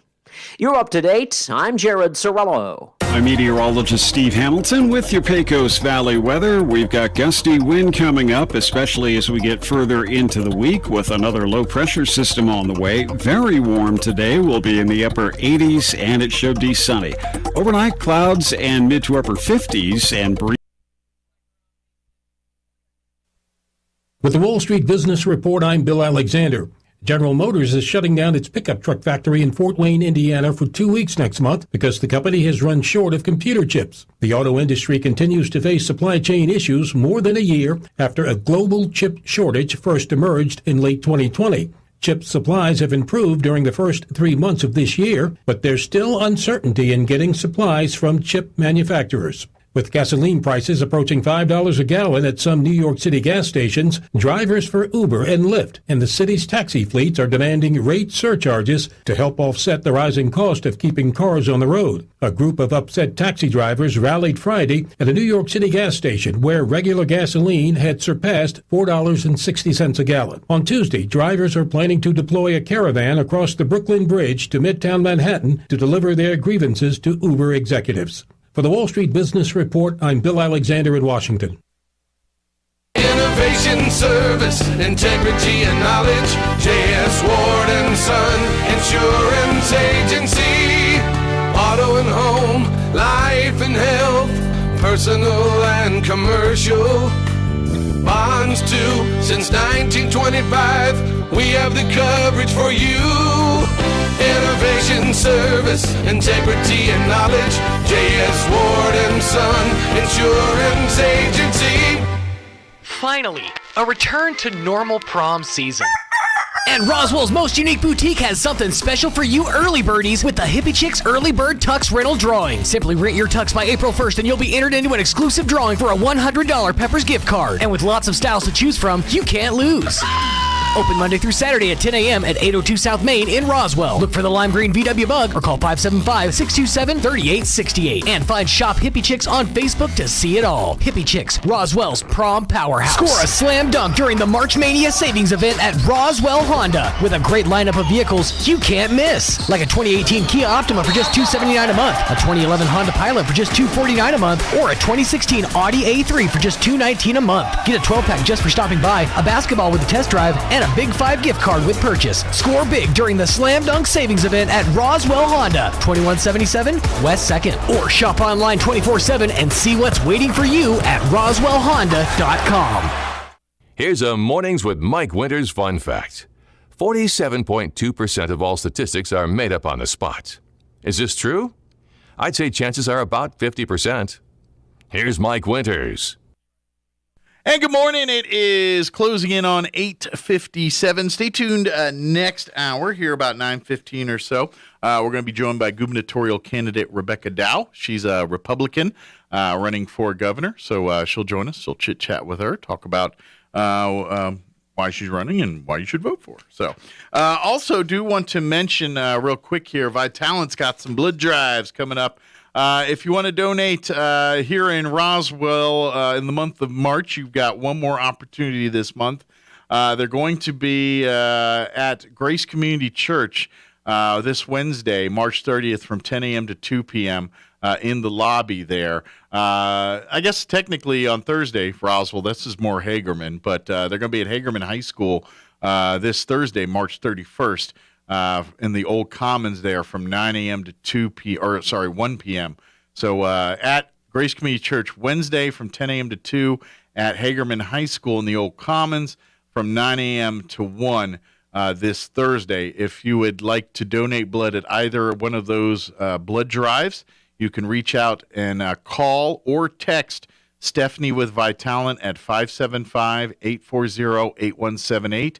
Again, that's 575-840-8178, and give the gift of life and donate blood. If neither one of those dates will work for you, they do have a list of blood drives for April as well. As far as Roswell goes, their first blood drive in April will be on Wednesday, April the 6th. They're going to have the Blood Mobile at Eastern New Mexico University Roswell from 9 a.m. to 1 p.m. And before that, they're going to have the Blood Mobile in Artesia at PVT on Friday, April 1st from 8 to noon. They're going to have the Blood Mobile on April 5th at the Artesia Public Library from noon until 4 p.m. And then in Carlsbad, they're going to have a blood drive at the Boys and Girls Club back on April 12th. So that's kind of the upcoming blood drives. Again, call or text Stephanie with Vitalant to get in on the blood drives, 575-840-8178. Also, right now, for a limited time, they're doing the COVID antibody testing again. So if you're donating blood, they're going to tell you if you're got plenty of the antibodies, and if they do, give you an opportunity to donate some of those so they can help folks with lowered immune systems battle COVID in the hospitals and stuff right now. It's actually a very beneficial thing for them. So when you do donate blood, they automatically will check for a limited time here whether you got those antibodies. Plus, it's a medical screening, too, when you donate blood. And this is every time, blood pressure, your glucose and cholesterol, all that. They do those tests and give you as part of that in your portal, too. So just an added bonus when you give the gift of life and donate blood. All right, closing in on 9 o'clock, you're listening to 106.5 Roswell's Talk FM. KEND, Roswell, New Mexico. We'll be back on the other side of news. Do not go away. News this hour from townhall.com. I'm Rich Thomason. The White House still in cleanup mode after President Biden said of Vladimir Putin, this man cannot remain in power. The president said that during the speech in Warsaw over the weekend. It has Biden's people insisting that it was not a call for regime change in Moscow. Ukrainian President Zelensky sat down for an interview with several independent Russian media outlets. The major thing he did say was that Ukraine is prepared to discuss a neutral status, as he called it, as part of a peace deal with Russia. What that seems to mean would be a third party coming in to mediate, and any details of a possible deal then being put to a referendum. But in a critical adjacent point, he acknowledged that Russian forces can't leave the land completely.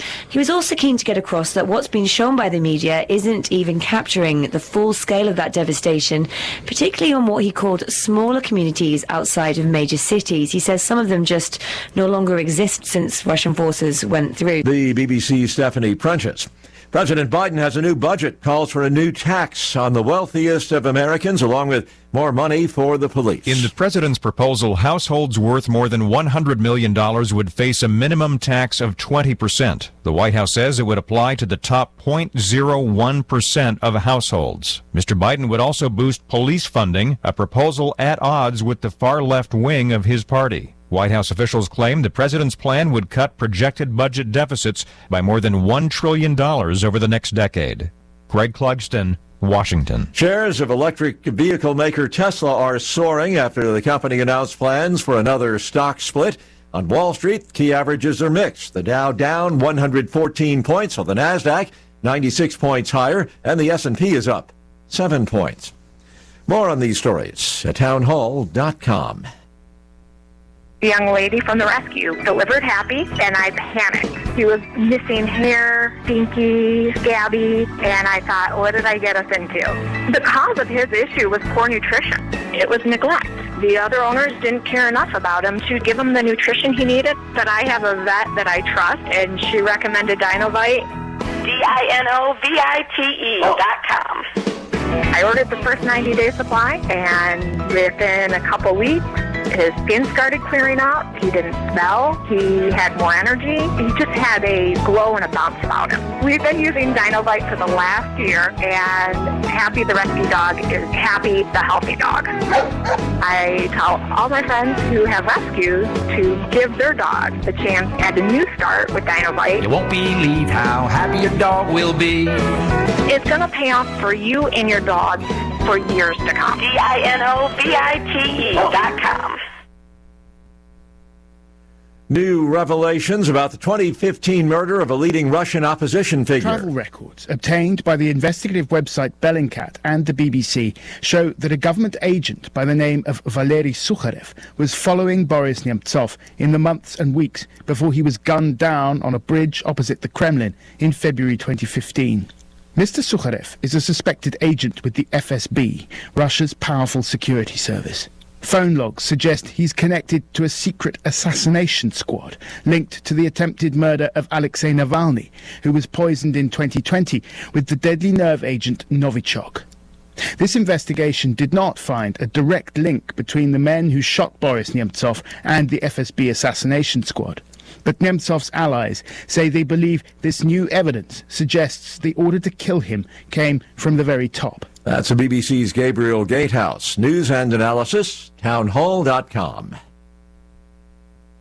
Some West Coast grocery store employees could be hitting the bricks soon. California grocery workers have voted to authorize their union to call a strike against several major supermarket chains. It involves 47,000 workers at more than 500 Ralph's, Albertsons, Vaughn's, and Pavilion stores. No strike date has been set, and negotiations do resume Wednesday. The possible walkout would involve grocery clerks, meat cutters, and other employees, represented by 7 locals of the United Food and Commercial Workers. Jason Walker reporting. The Ukraine war has most Americans at least somewhat worried that the U.S. will be drawn directly into the conflict and could be targeted with nuclear weapons. That according to a new AP NORC poll.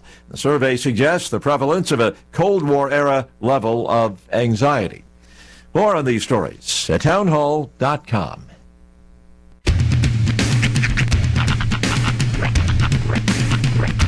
What in the wide world of sports is going on here? I promise you, whatever scum did this, not one man in this force will rest for 1 minute until he's behind bars.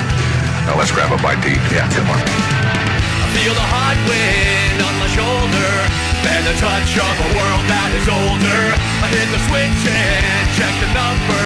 Leave it on and then I slumber. I hear the rhythm ringing through it. Flamenco guitar and cumbia music. I hear the talking of the DJ. The travel listen, what does he say? I'm on a Mexican radio. I'm on a Mexican radio. Broadcasting live from high atop the J.P. White Building in downtown Roswell, New Mexico. It's Mornings with Mike Winters on 106.5 Roswell's Talk FM. Is that what I sound like when I talk? Now, here's your host, Mike Winters. And good morning. It is 6 minutes after 9 o'clock. Welcome to hour number 3. Trace Inviernos. Of Mornings with Mike Winters, right here on 106.5 Roswell's Talk FM. Thank you, Tanner. Sean's in there doing his show right now, so not available to Trace Inviernos us today. So we got it covered from Tanner. Thank you there. Appreciate it, Tanner. Happy Monday to everybody. Hope you're having a wonderful day. Kind of a wild weekend. At least in the entertainment world there with the Oscars going on. And, of course, the Foo Fighters drummer passing away to start the weekend. Hearing that, waking up Saturday morning to that news.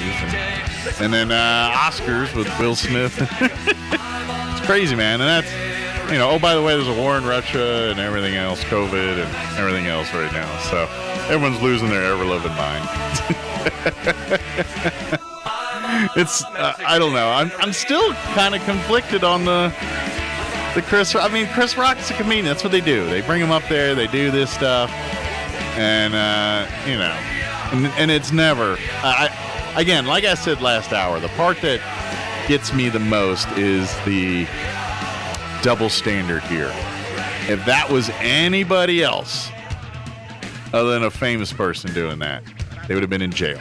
It would have been assault.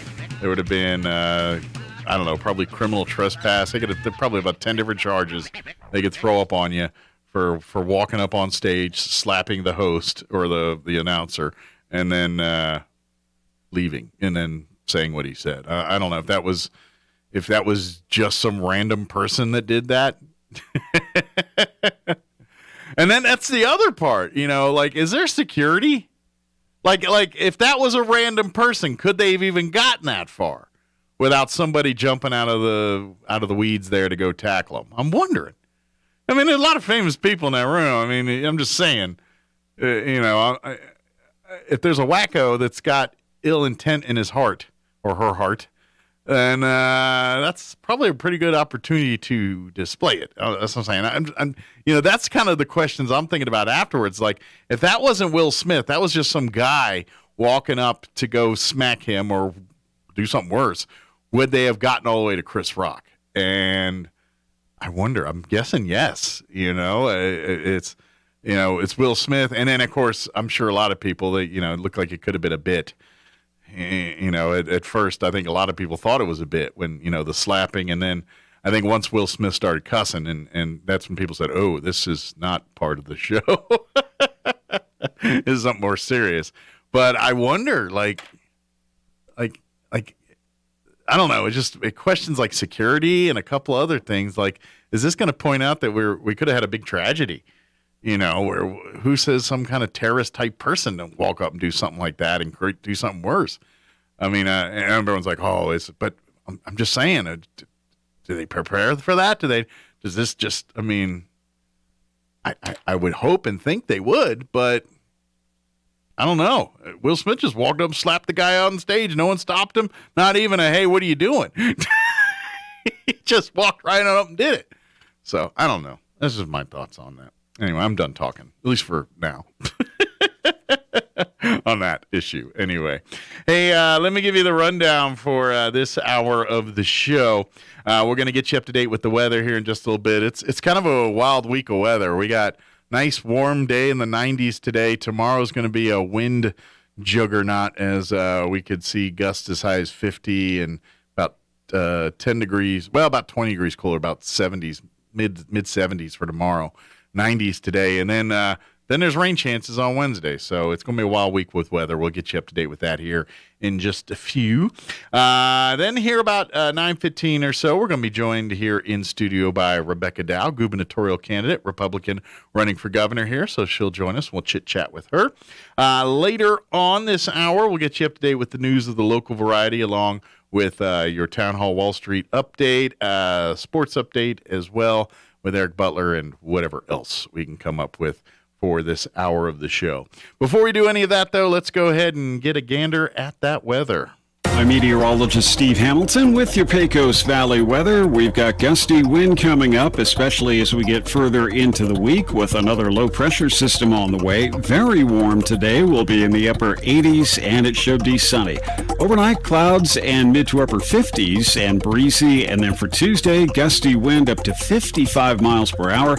We will get sunshine though, but cooler. Our afternoon high in the mid 70s. That's your latest forecast. I'm meteorologist Steve Hamilton. Thank you, Steve. Currently 60 degrees here in Roswell. Humidity is at 14%, with winds calm at the moment. Today, mostly sunny, highs near 90. Winds will be out of the southwest 15 to 20 miles per hour later today. Tonight, skies will be cloudy with an overnight low of 56 degrees. Southwest winds 15 to 20, dropping down 10 to 15 after midnight tonight. And then for you Tuesday, we've got a fire weather watch That'll kick in at 10 a.m. tomorrow, remain in effect through 9 p.m. We also have a high wind watch and a red flag warning tomorrow from 11 a.m. until 7 p.m. Why? Because of areas of blowing dust for tomorrow afternoon. Mostly sunny, high of 77, but the winds will be up out of the southwest, 10 to 20 early, increase in 20 to 25. Could see wind gusts as high as 50 miles per hour tomorrow. Tomorrow night, more of the same, areas of blowing dust before midnight, partly cloudy. Overnight low of 46. Winds will remain out of the west, 30 to 35 miles per hour, gusting as high as 45 miles per hour. They'll drop down 20 to 25 after midnight, so it's going to be windy all night, looks like. Wednesday, a little less wind, but a rain chance enters. We're looking at a 20% chance of rain for the afternoon on Wednesday, partly cloudy with a high of 71. Northwest winds 15 to 20. However, could see a wind gust as high as 30 miles per hour Wednesday, so a little bit wind. 20% chance of rain Wednesday night as well, mainly before midnight, partly cloudy and breezy with an overnight low of 38. And then glance at the rest of the week. Sunny and 75 Thursday, sunny and 80 on Friday, and then sunny 77 Saturday, sunny and 82 on Sunday. All right, it is 13 minutes after 9 o'clock. Let's go ahead and take a 3-minute commercial break. And then on the other side of the break, we'll be joined by gubernatorial candidate Rebecca Dow. Don't go away. You're listening to Mornings with Mike Winters. To get the most out of your car or truck, you got to take care of it. But getting in for service can be a pain. That's why your friends at the Tailgate Nation have created the Express Service Center to take care of most routine maintenance while you wait, with no appointment necessary. Just pull in to Roswell Ford's Express Service Center. We'll do your oil and filter changes and other scheduled maintenance while you relax. We can even fix your brakes, tires, battery, and do some Ford factory recalls. To get you started, Roswell Ford is offering something we call the Works. For just $54.95, we'll change your oil and filter, add up to 6 quarts of semi-synthetic oil, rotate your tires, and give your vehicle a complete inspection. All for just $54.95 plus tax and supplies for most cars, SUVs, and light-duty trucks. Sorry, but diesel and dualies don't count. Offer ends April 30th, so don't put it off. Just stop by the Roswell Ford Express Service Center. Tell them you want the Works. They're waiting for you now at the Tailgate Nation at the corner of 9th and Main. For people suffering with joint pain, simple movement feels like just taking a step feels like, and lifting your arm can feel like. Don't let joint pain be in charge of your life. The skilled orthopedic experts at Loveless Medical Group SCORE are helping more people take back their lives with some of the most advanced surgeries in the region. We're doing more than restoring joints, we're restoring lives. Call Loveless Medical Group SCORE today at 575-625-3300 so life can feel like, Finally, a return to normal prom season.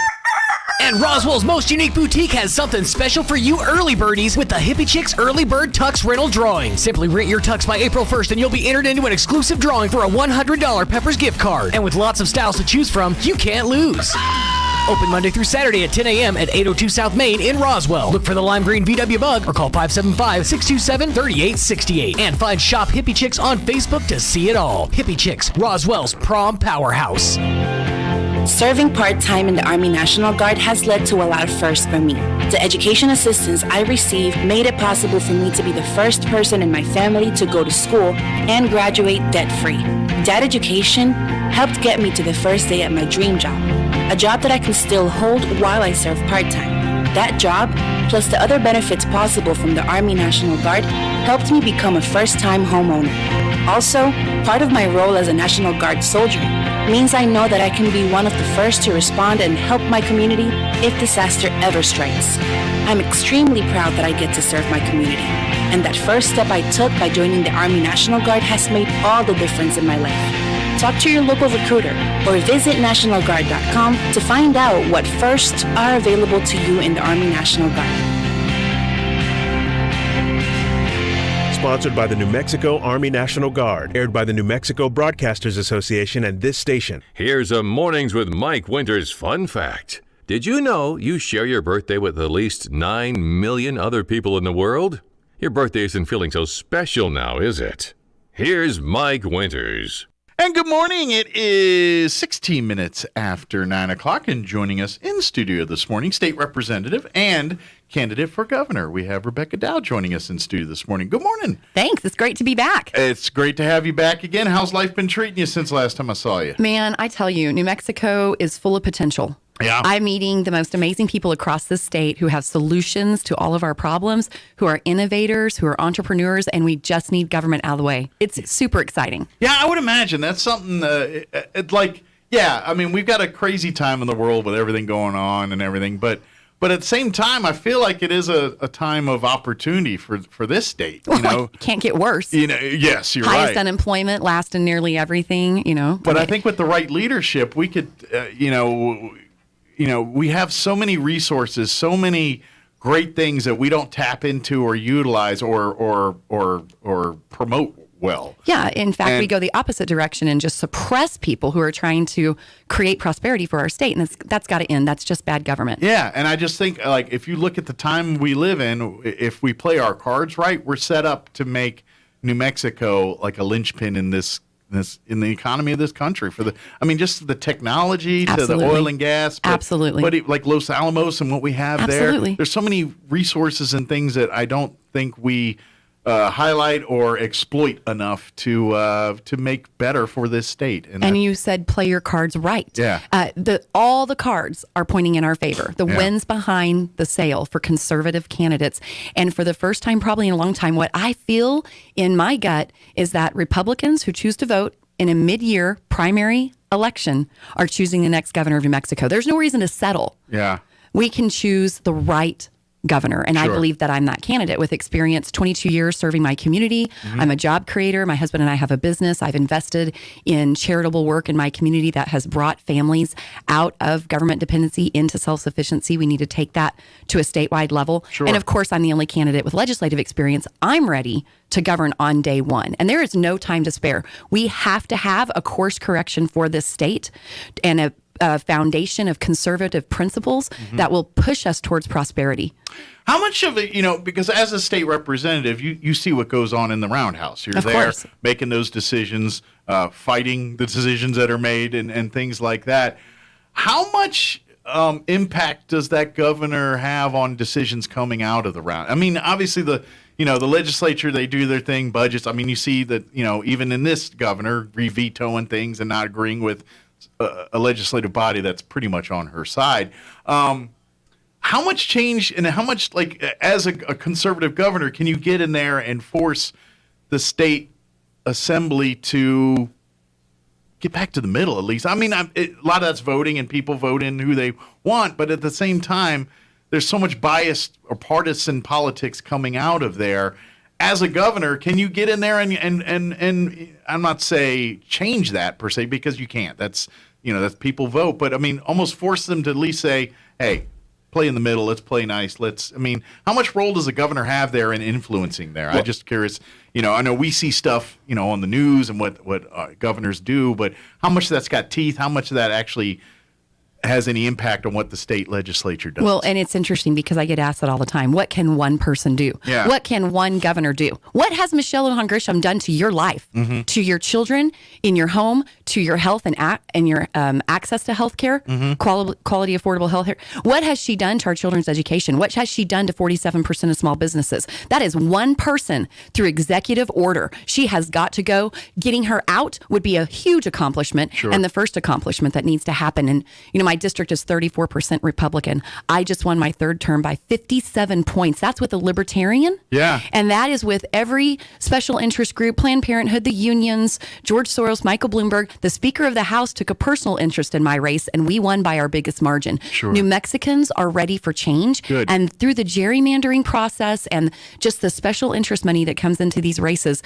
the people who are elected, the majority of them, do not represent the everyday New Mexican. And that is why this gerrymandering was so radical. But what can the governor do?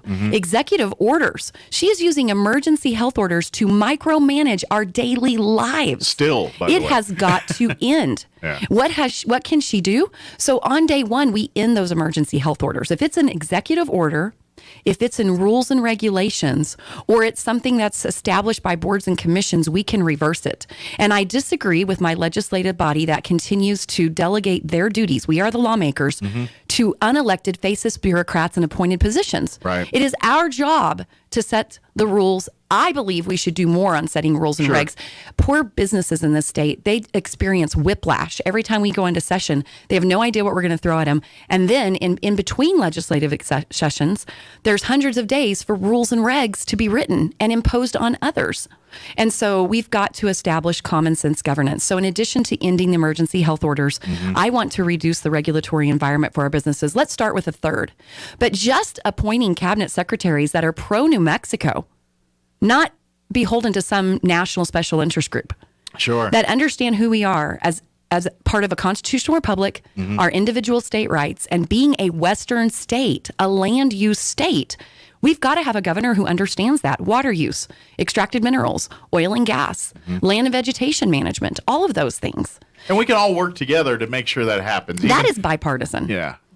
Even your environmentalists and your drill baby drill people, you know what I mean? There's still, I think, middle ground there that we can work with. And I think that's where a governor or an elected official can come in and be that mediator to say, look, we got to do this. I understand what you're trying to achieve here. But and for folks that don't know, when we talk about oil and gas, there's regulations imposed on them, but they live and breathe and work and play in the same places that you do. They do too. That's right. They go above and beyond on making sure that what they do is safe and clean and things like that. Much more so than when you pull oil out of, say, Saudi Arabia or Russia or China. Or the 47 new coal mines that are being opened in China. We're not reducing our use. Yeah. We're just creating a dependency on foreign oil and gas. So, I mean, and energy. So in this last legislative session, the Republicans in the House, we are outnumbered 2-1.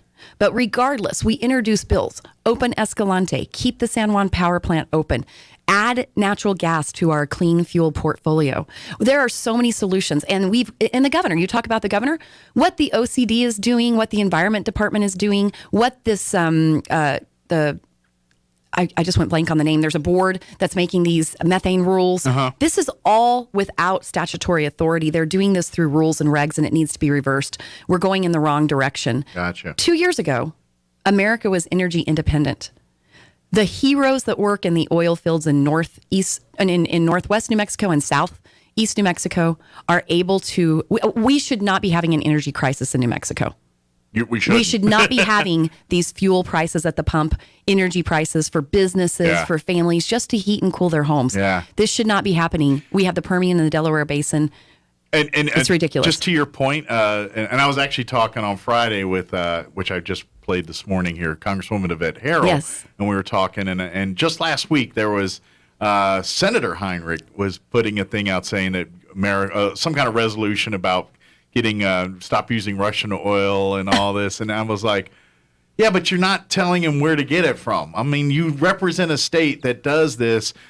Okay, I get stop Russia. Yeah, you should have been just saying that months ago. But why aren't you saying, guess what? We've got you covered here in New Mexico. End the federal ban on leases in New Mexico. That pipeline that was shut down before all this went down, that would be real handy right now. What good does the resolution do? Demand that we resume approving leases on federal land. He's supposed to in the state represent of New our state, Mexico. and I think and I think our governor should have come out and said something like, "Look, you represent us, dude. You know, I get what you're saying, but at the same time, you need to represent us in that conversation and say, hey, we're the ones that can help you, not just call for something like this and then basically shut your own state out on being part of the solution there." You know, it's got to be frustrating for folks. My dad was an oil field worker, so I grew up on the pipeline for most of my early years. And it's got to be frustrating. I know how hard the work is. You know, I have family that are independent petroleum producers that, my grandpa was a chemical engineer. These are heroes. I mean, everybody wants energy on demand. They all want the byproducts of petroleum products, but they don't want to talk about where it comes from or reduce their use. Sure. And so it's hypocrisy at its highest level when these elite politicians, career politicians. By the way, House of Representatives are volunteers. I am not a career politician. I'm not paid to serve in the House. I do it because I love New Mexico and the people who call it home. But these people who have become millionaires, like Michelle Grisham, as a career politician, her net worth grows all the time. And yet they want to spend all the money from your hard work, but not even repair the roads. Right.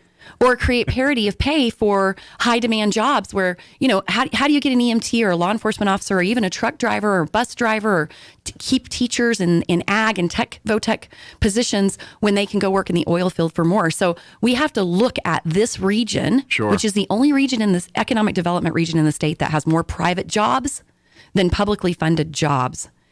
Embrace it, celebrate it, support it, applaud the work of this region, and embrace the fact that we are an energy-rich state and we have solutions to New Mexico's energy crisis, the U.S., and we can help solve world problems. Absolutely. I want to shift gears just a little bit because this is something, in case people haven't noticed, a particular issue that's something conservatives have been talking about for a long time now, and now that it's an election year, you're starting to hear Democrats talk about it, is crime. Okay. Our governor's now, at least publicly, talking about getting tough on crime and all this. This is something I know you and many of your constituents has been screaming from rooftops about this for years now. Talk a little bit about that. Don't be fooled by the rhetoric. Yeah, that's Do what not I be want fooled. to I sat in that session and they literally introduced a bill, and the tough on crime bills died pretty quickly. The bills that were getting ground and were passing through chambers gave victims who are low income at risk would not have to pay penalties or fees. So if you're low income, you didn't have to pay your penalties or fees. That's gracious. So, my colleague Stephanie Lord makes an amendment and says, what if it's a violent crime? What if it was a homicide or they raped a child? Yeah. No, the amendment was not accepted. Wow. The second half of the bill said that if they were assigned community service, that these criminals would get a credit at twice prevailing wage. Wow. These are criminal. They care more about criminal rights. I am glad that good things happen in an election year. If you listen to the governor's State of the State, she talked about tax credits. I've been co-sponsoring the bill to end the tax on Social Security income. We made some progress on that. I always sign on to the bill that, others have led the charge long before I was in the House to eliminate the tax on military retirement income. And that made some progress this year. Everything is compromise. I was the co-sponsor on a bill for occupational licensure. The governor actually signed it. It creates, you can move into the state from out of state and we assume that you're qualified. And the compromise was you get a year to comply with New Mexico licensure in order to go to work.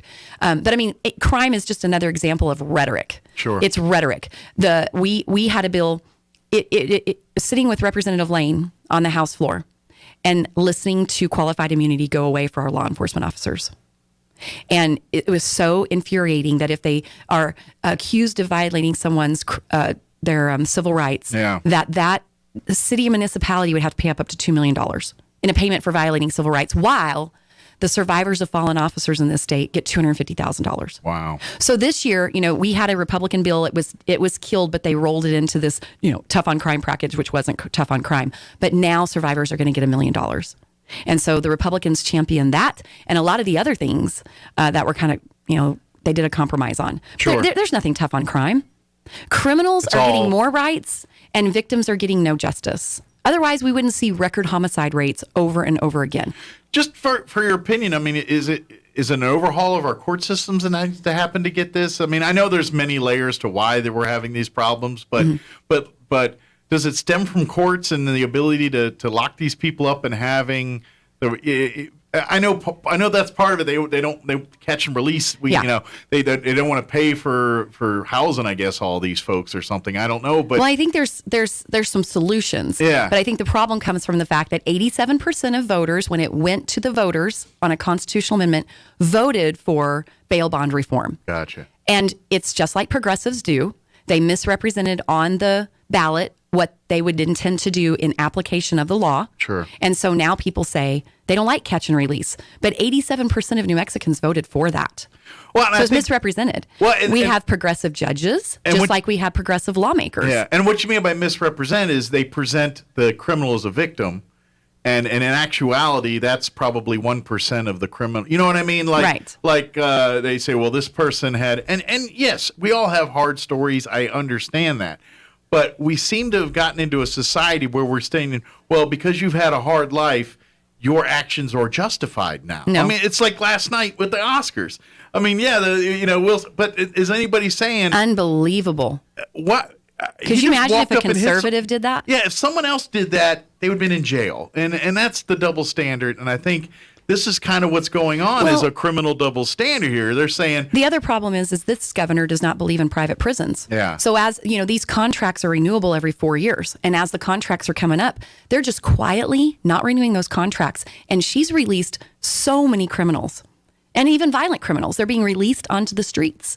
And so our jails are at lower capacity than they've ever been, at the same time that our probation and parole, our corrections are understaffed, overworked, lots of overtime, and we're not able to even monitor people who do have GPS trackers and ankle bracelets on them. I mean, there's a crime just last week. Yeah. And it was one of Stapleton's and you almost shake son. your head just like, it's laughable. It's so ridiculous. Right. But the real work is hard.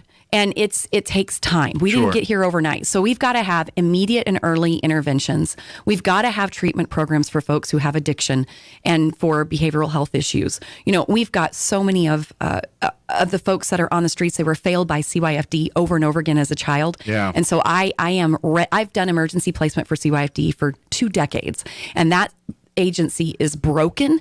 And they cannot fulfill their mission, which is to protect children who are at risk of abuse and neglect. Those children, which most abuse and neglect happens under the age of 6, are exposed to traumatic events over and over again because they are returned to the same broken home over and over again.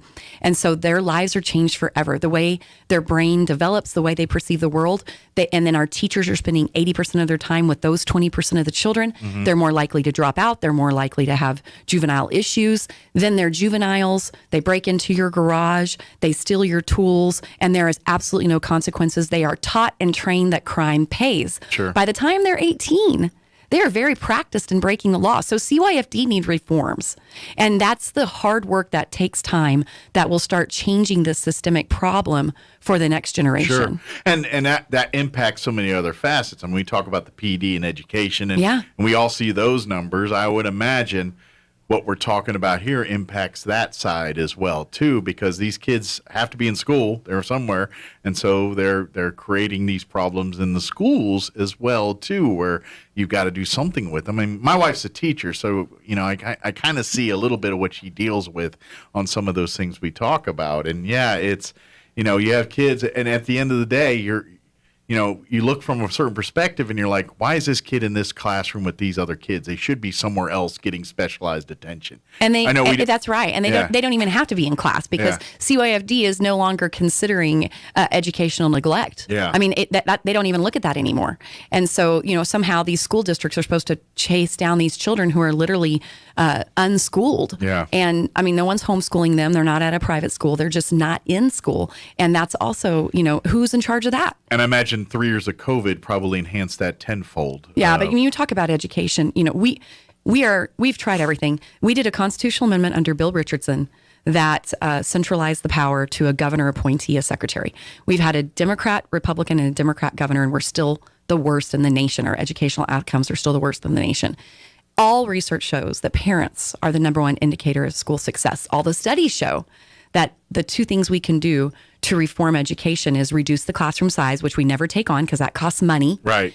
And school choice. Yeah. You know, parents engaging in their students' education. And school choice is not just for students, especially when you talk about children who need specialized education. Every child needs to be able to have an educational pathway where their individual needs are met, especially children with disabilities who learn in different ways, but all children.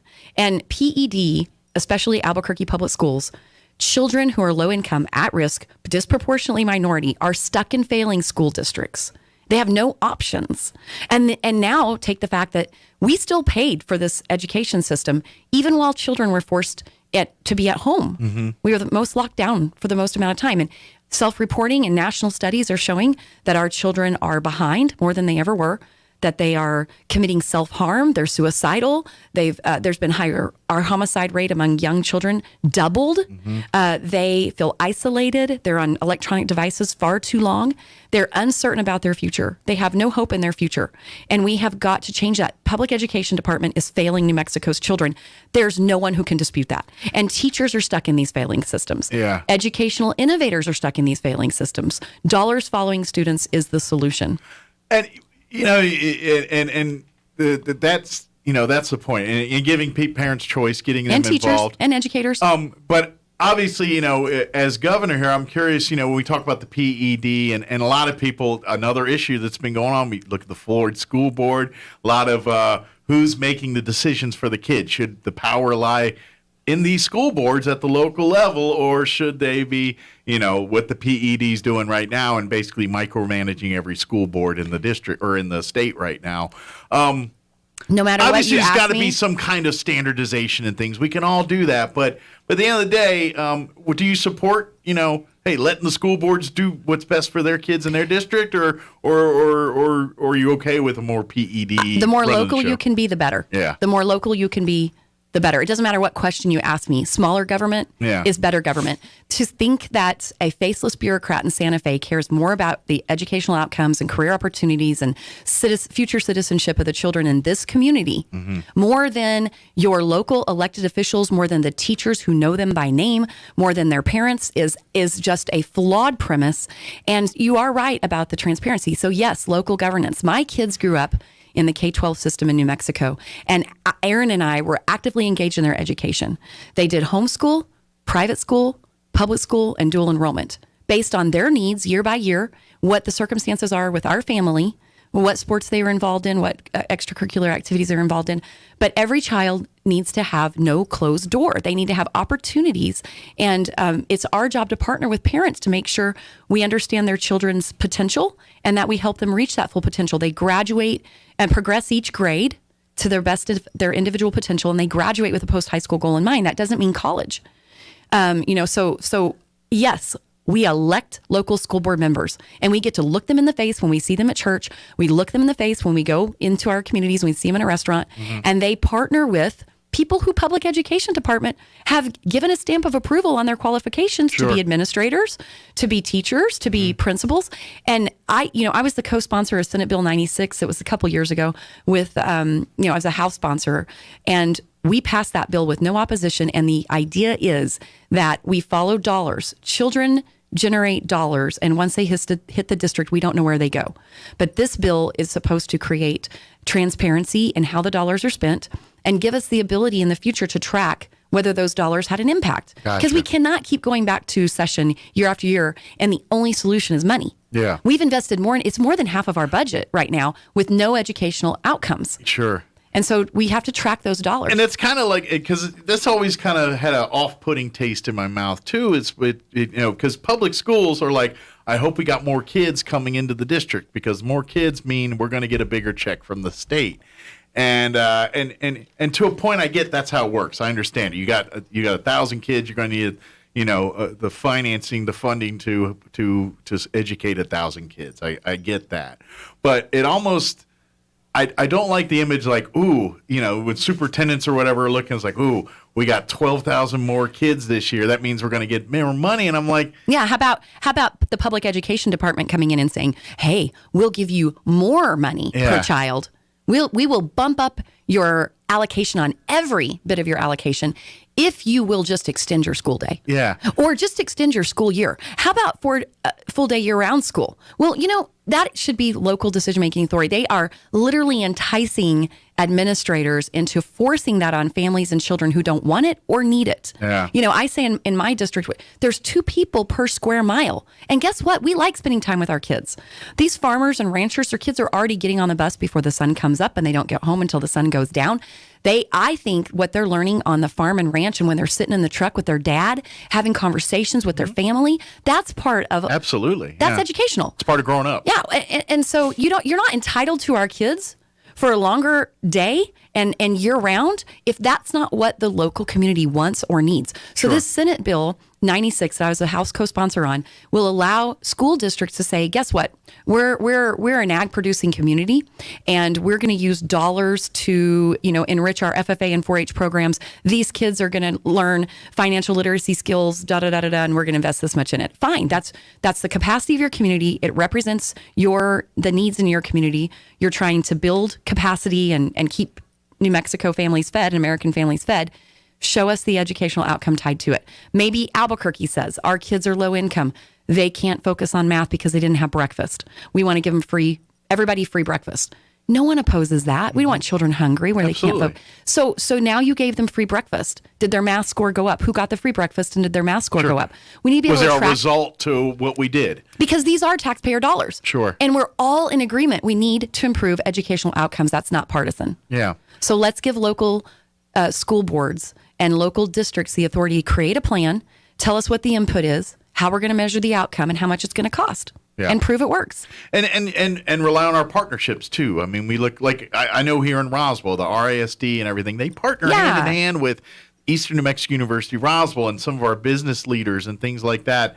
And all that comes from the school board at the local level, talking more about what you were saying earlier about, what meets the needs of this community and things like that. And so they do a great job of fostering that. Let's, you're saying, well, let's get out of the way and let that happen as opposed to micromanaging every little thing here. Correct. And that's kind of what we're talking and about. that's for the public education department, and we need more options. Absolutely. We're running short on time, but I do want to invite folks. You're gonna be having a little meet and greet here tonight, right? That's right. Yeah. Come hungry, by the way. Yes, absolutely, because there's going to be some good food. It's from 5:30 to 7 at Valley Cafe, 901 on Brasher. Yes, Yeah. over by Church on the Move. It's That's right. actually their 180 building. They're on Brasher, right across from the main church there. Come on, you should go there now and have breakfast. They're open till 2. But they'll have a great special food. menu for tonight, and you can come and meet. And if you want to learn more about getting involved with the campaign, Sure. all that kind We of stuff. are less than 70 days away from the primary election. I want to remind the listeners, I believe the governor of New Mexico is being chosen on June 7th. All data indicates that this governor's in trouble. She's underwater in her rating. There's been a huge double-digit swing in her Yeah. favorability. Don't settle. I'm here to earn your vote in the primary. I am tired of hearing my opponents say it doesn't matter who you pick, anybody's better than MLG. That is absolutely not true. There is no time for status quo. We have got to turn our state around. Nearly every agency is broken. They're not functioning as they should. Government is here to serve the people. The most powerful person in the state is the governor, and their job is to give the power back to the people. We have got to turn the state around. I think New Mexico, it's our time to thrive. Sure. But it's also our constitutional republic, who we are as individual state rights, the American dream. And I understand the regulatory process as a business owner, regulated by 9 different state agencies, as a person who has started nonprofits in my community. I get it. I know how hard it is. And I applaud the people who are able to pivot and survive through this disastrous environment. Yes. But we are going to turn the state around. I need your help. I'm a name on a ballot, but I am a courageous, proven leader in this state. I care about my community. I care about my district. I care about this state. And I am ready to hit the ground running on day one. I need your vote in the primary. That's the important one because, like That's I right. said, this is. I do want to, and again, come out tonight. Valley. What time is everything start at the Valley Cafe? 5:30. 5:30 p.m. And how long are you guys going to be? We're going to be there till 7. We'll be Okay. there till 7, but So I want to talk anytime to in everyone. between, then come on by. Absolutely. Have some delicious food if you haven't had a chance, and sit down and talk with Rebecca. Get involved, and like you said, where primary is It's weeks the away. race. Yeah, It's and weeks away now. And so here. if you want to volunteer with our team, if I'm your candidate, or if you've got some questions we weren't able to get to, or some content we didn't Sure. get to on policy wise, 575-571-1056 is my cell. One Facebook, Instagram, Twitter. One real quick, just because what's after June's going to happen, it's Yeah. United Front Yeah, again. absolutely. Because we have one candidate. Mhm. I would like to say win, lose, or draw. I hope that all of these candidates stay involved with the Republican Party, and regardless of who's the nomination here in June, because I think there's. You and your opponents, they all want good things for Of course. New Mexico. And I think at the end of the day, all of you Absolutely. would do good things for this state.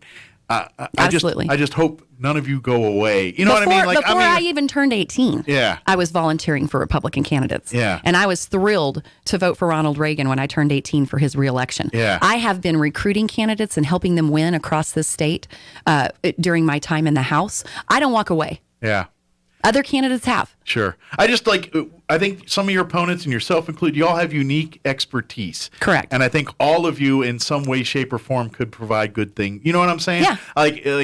As governor or as an appointment or something, I hope all of you, and yourself included, keep leading on New Mexico, whether it's the governor or working with the governor or working, you know what I mean? Well, when I win the primary, I would welcome any of the opponents to continue to stay engaged in the process. Because I think it's going to take every single one of us to get involved on this thing. It will. And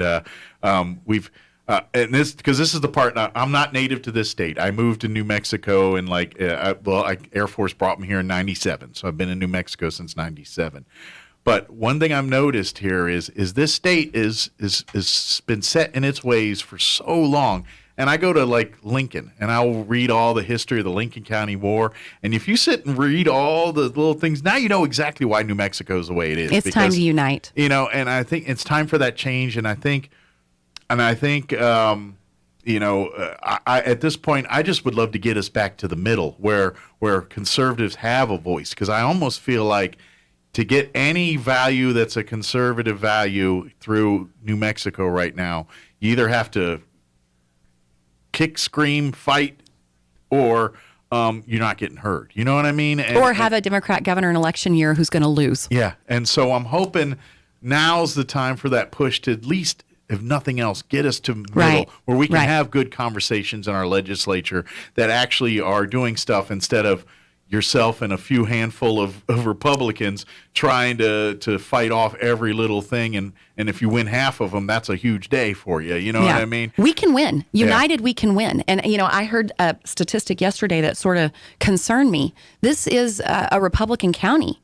And this region is a Republican region, yet you just had local elections with less than 20% turnout. Yeah. We have got to turn out Republicans in this election. And I've been doing that in my district. And independents, declined estates, swing voters. And I know it takes all of us to win and to turn this state around. And I know for a fact our last election, even a couple, representative things, voter turnout hurt.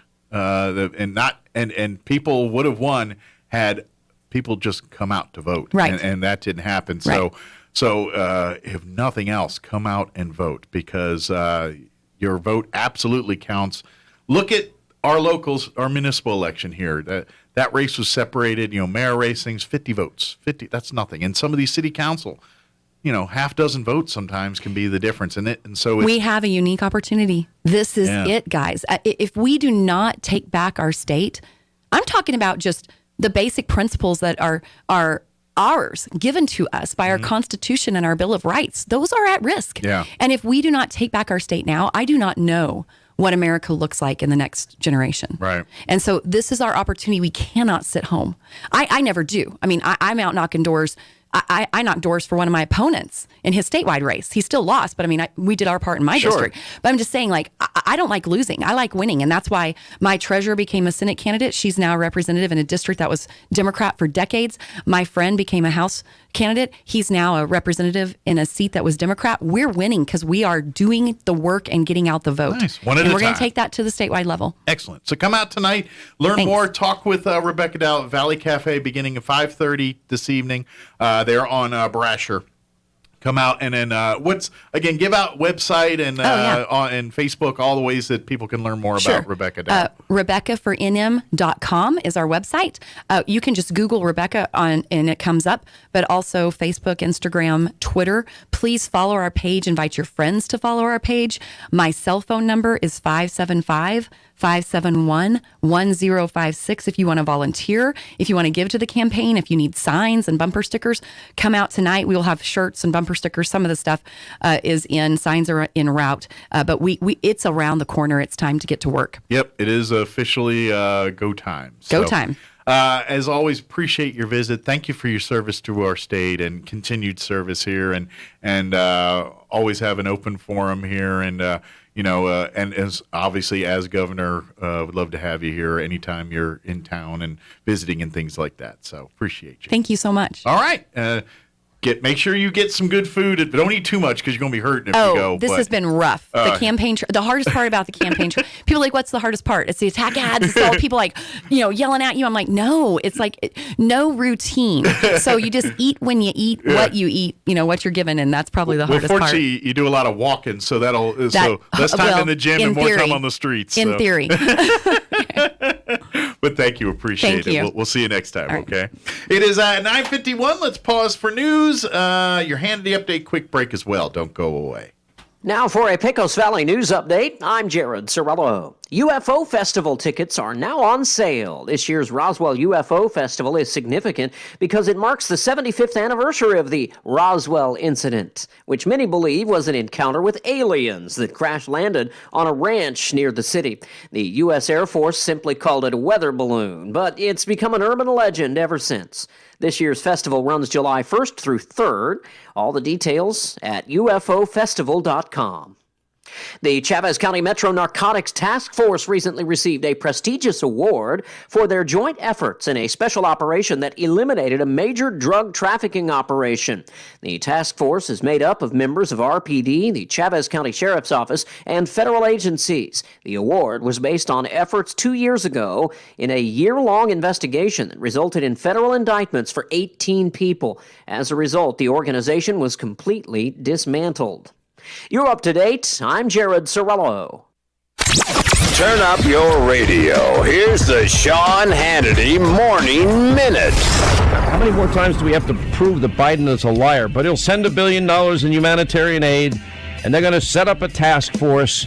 This is not fighting a war, setting up a task force, you dumbasses. God, it's so frustrating. I cannot believe the weakness and the utter, complete ignorance and stupidity of people. I have no patience for this anymore. No, and that's why you can't have one American boot on the ground. You know why? Because we have idiots that are running the country, led by this guy that probably doesn't know that today is Friday, and he should be happy. That means he's going to get his ice cream and get to take naps all weekend like usual. Check out the Sean Hannity radio show later today, right here. I'm not the best at making decisions on decor at my house. For custom window treatments, I just use Blinds.com. You'll save up to 35% off site-wide at Blinds.com to make your dream home a reality. Now, I've seen firsthand how custom window treatments, it's a minor home improvement that has a major impact. Plus, you get installation on unlimited windows for your entire home at one low cost. Blinds.com, save up to 35% off site-wide. Blinds.com. Tell them your friend Sean Hannity sent you. Rules and restrictions may apply. Finding great candidates to hire can be like, well, trying to find a needle in a haystack, but not with ZipRecruiter. Its powerful technology actively finds and invites qualified candidates to apply to your job. So while other companies might deliver a lot of hay, ZipRecruiter finds you the needle in the haystack. See why 4 out of 5 employers who post a job on ZipRecruiter get a quality candidate within the first day. Try ZipRecruiter for free at ZipRecruiter.com/free. That's ZipRecruiter.com/free. I'm meteorologist Steve Hamilton with your Pecos Valley weather. We've got gusty wind coming up, especially as we get further into the week with another low pressure system on the way. Very warm today. We'll be in the upper 80s and it should be sunny. Overnight clouds and mid to upper 50s and breezy. And then for Tuesday, gusty wind up to 55 miles per hour. We will get sunshine though, but cooler. Our afternoon high in the mid 70s. That's your latest forecast. I'm meteorologist Steve Hamilton. It's time for the Chavez County Sports Reports. I've got some baseball scores to catch you up on over the weekend. Goddard was playing at the Rio Rancho tournament, the Sal Puentes Invitational, defeating Bloomfield on Friday by a score of 10-0. Lucas Wright, winning pitcher, he threw 4 innings and only gave up a couple hits. Colby Eldridge Jr., 2 for 3 with a double and 2 RBIs. But then Goddard lost on Saturday to Albuquerque Academy 9-1. Meanwhile, NMMI made it to the championship of their own tournament, the Sertoma Colt Classic, before suffering their first loss of the season. The Colts are now 9-1 after losing to Shiprock on Saturday 8-4. They got to the championship by beating Santa Rosa on Friday by a score of 11-5.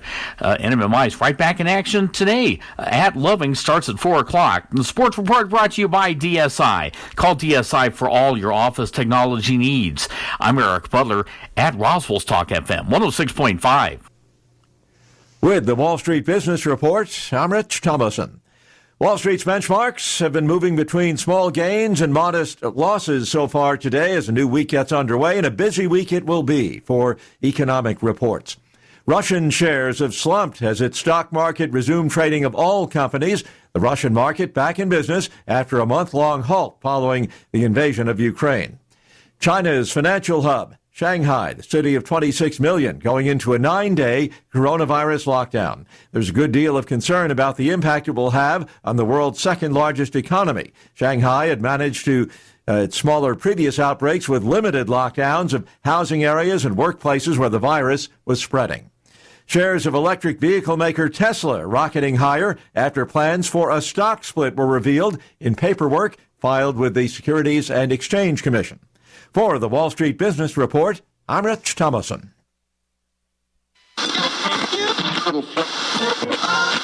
Hey, all you cats and kitties out there in Radio Land, listen up, because if you're thinking a cruise down Main Street in Artesia sounds like the perfect way to spend a Saturday, well, have I got news for you, because we ain't fooling around. It's the 23rd Annual Main Event Car Show and Cruise, coming up Friday and Saturday, April 1st and 2nd in downtown Artesia. Kicking things off on Friday, April 1st with a parade and cruise down Main Street at 6 p.m. Then come out for a stroll through Heritage Plaza Saturday starting at 9 to see amazing cars from all decades lined up for you to view. Classic cars to antique trucks and even some tractors. There'll be something for everybody. Best of all, spectators are free. For more information or to sign up, call the Artesia Chamber of Commerce at 575-746-2744. That's 575-746-2744, or go online to artesiachamber.com. Don't miss the 23rd Annual Main Event Car Show and Cruise, Friday and Saturday, April 1st and 2nd in downtown Artesia. Paid for by Artesia Lodgers Tax.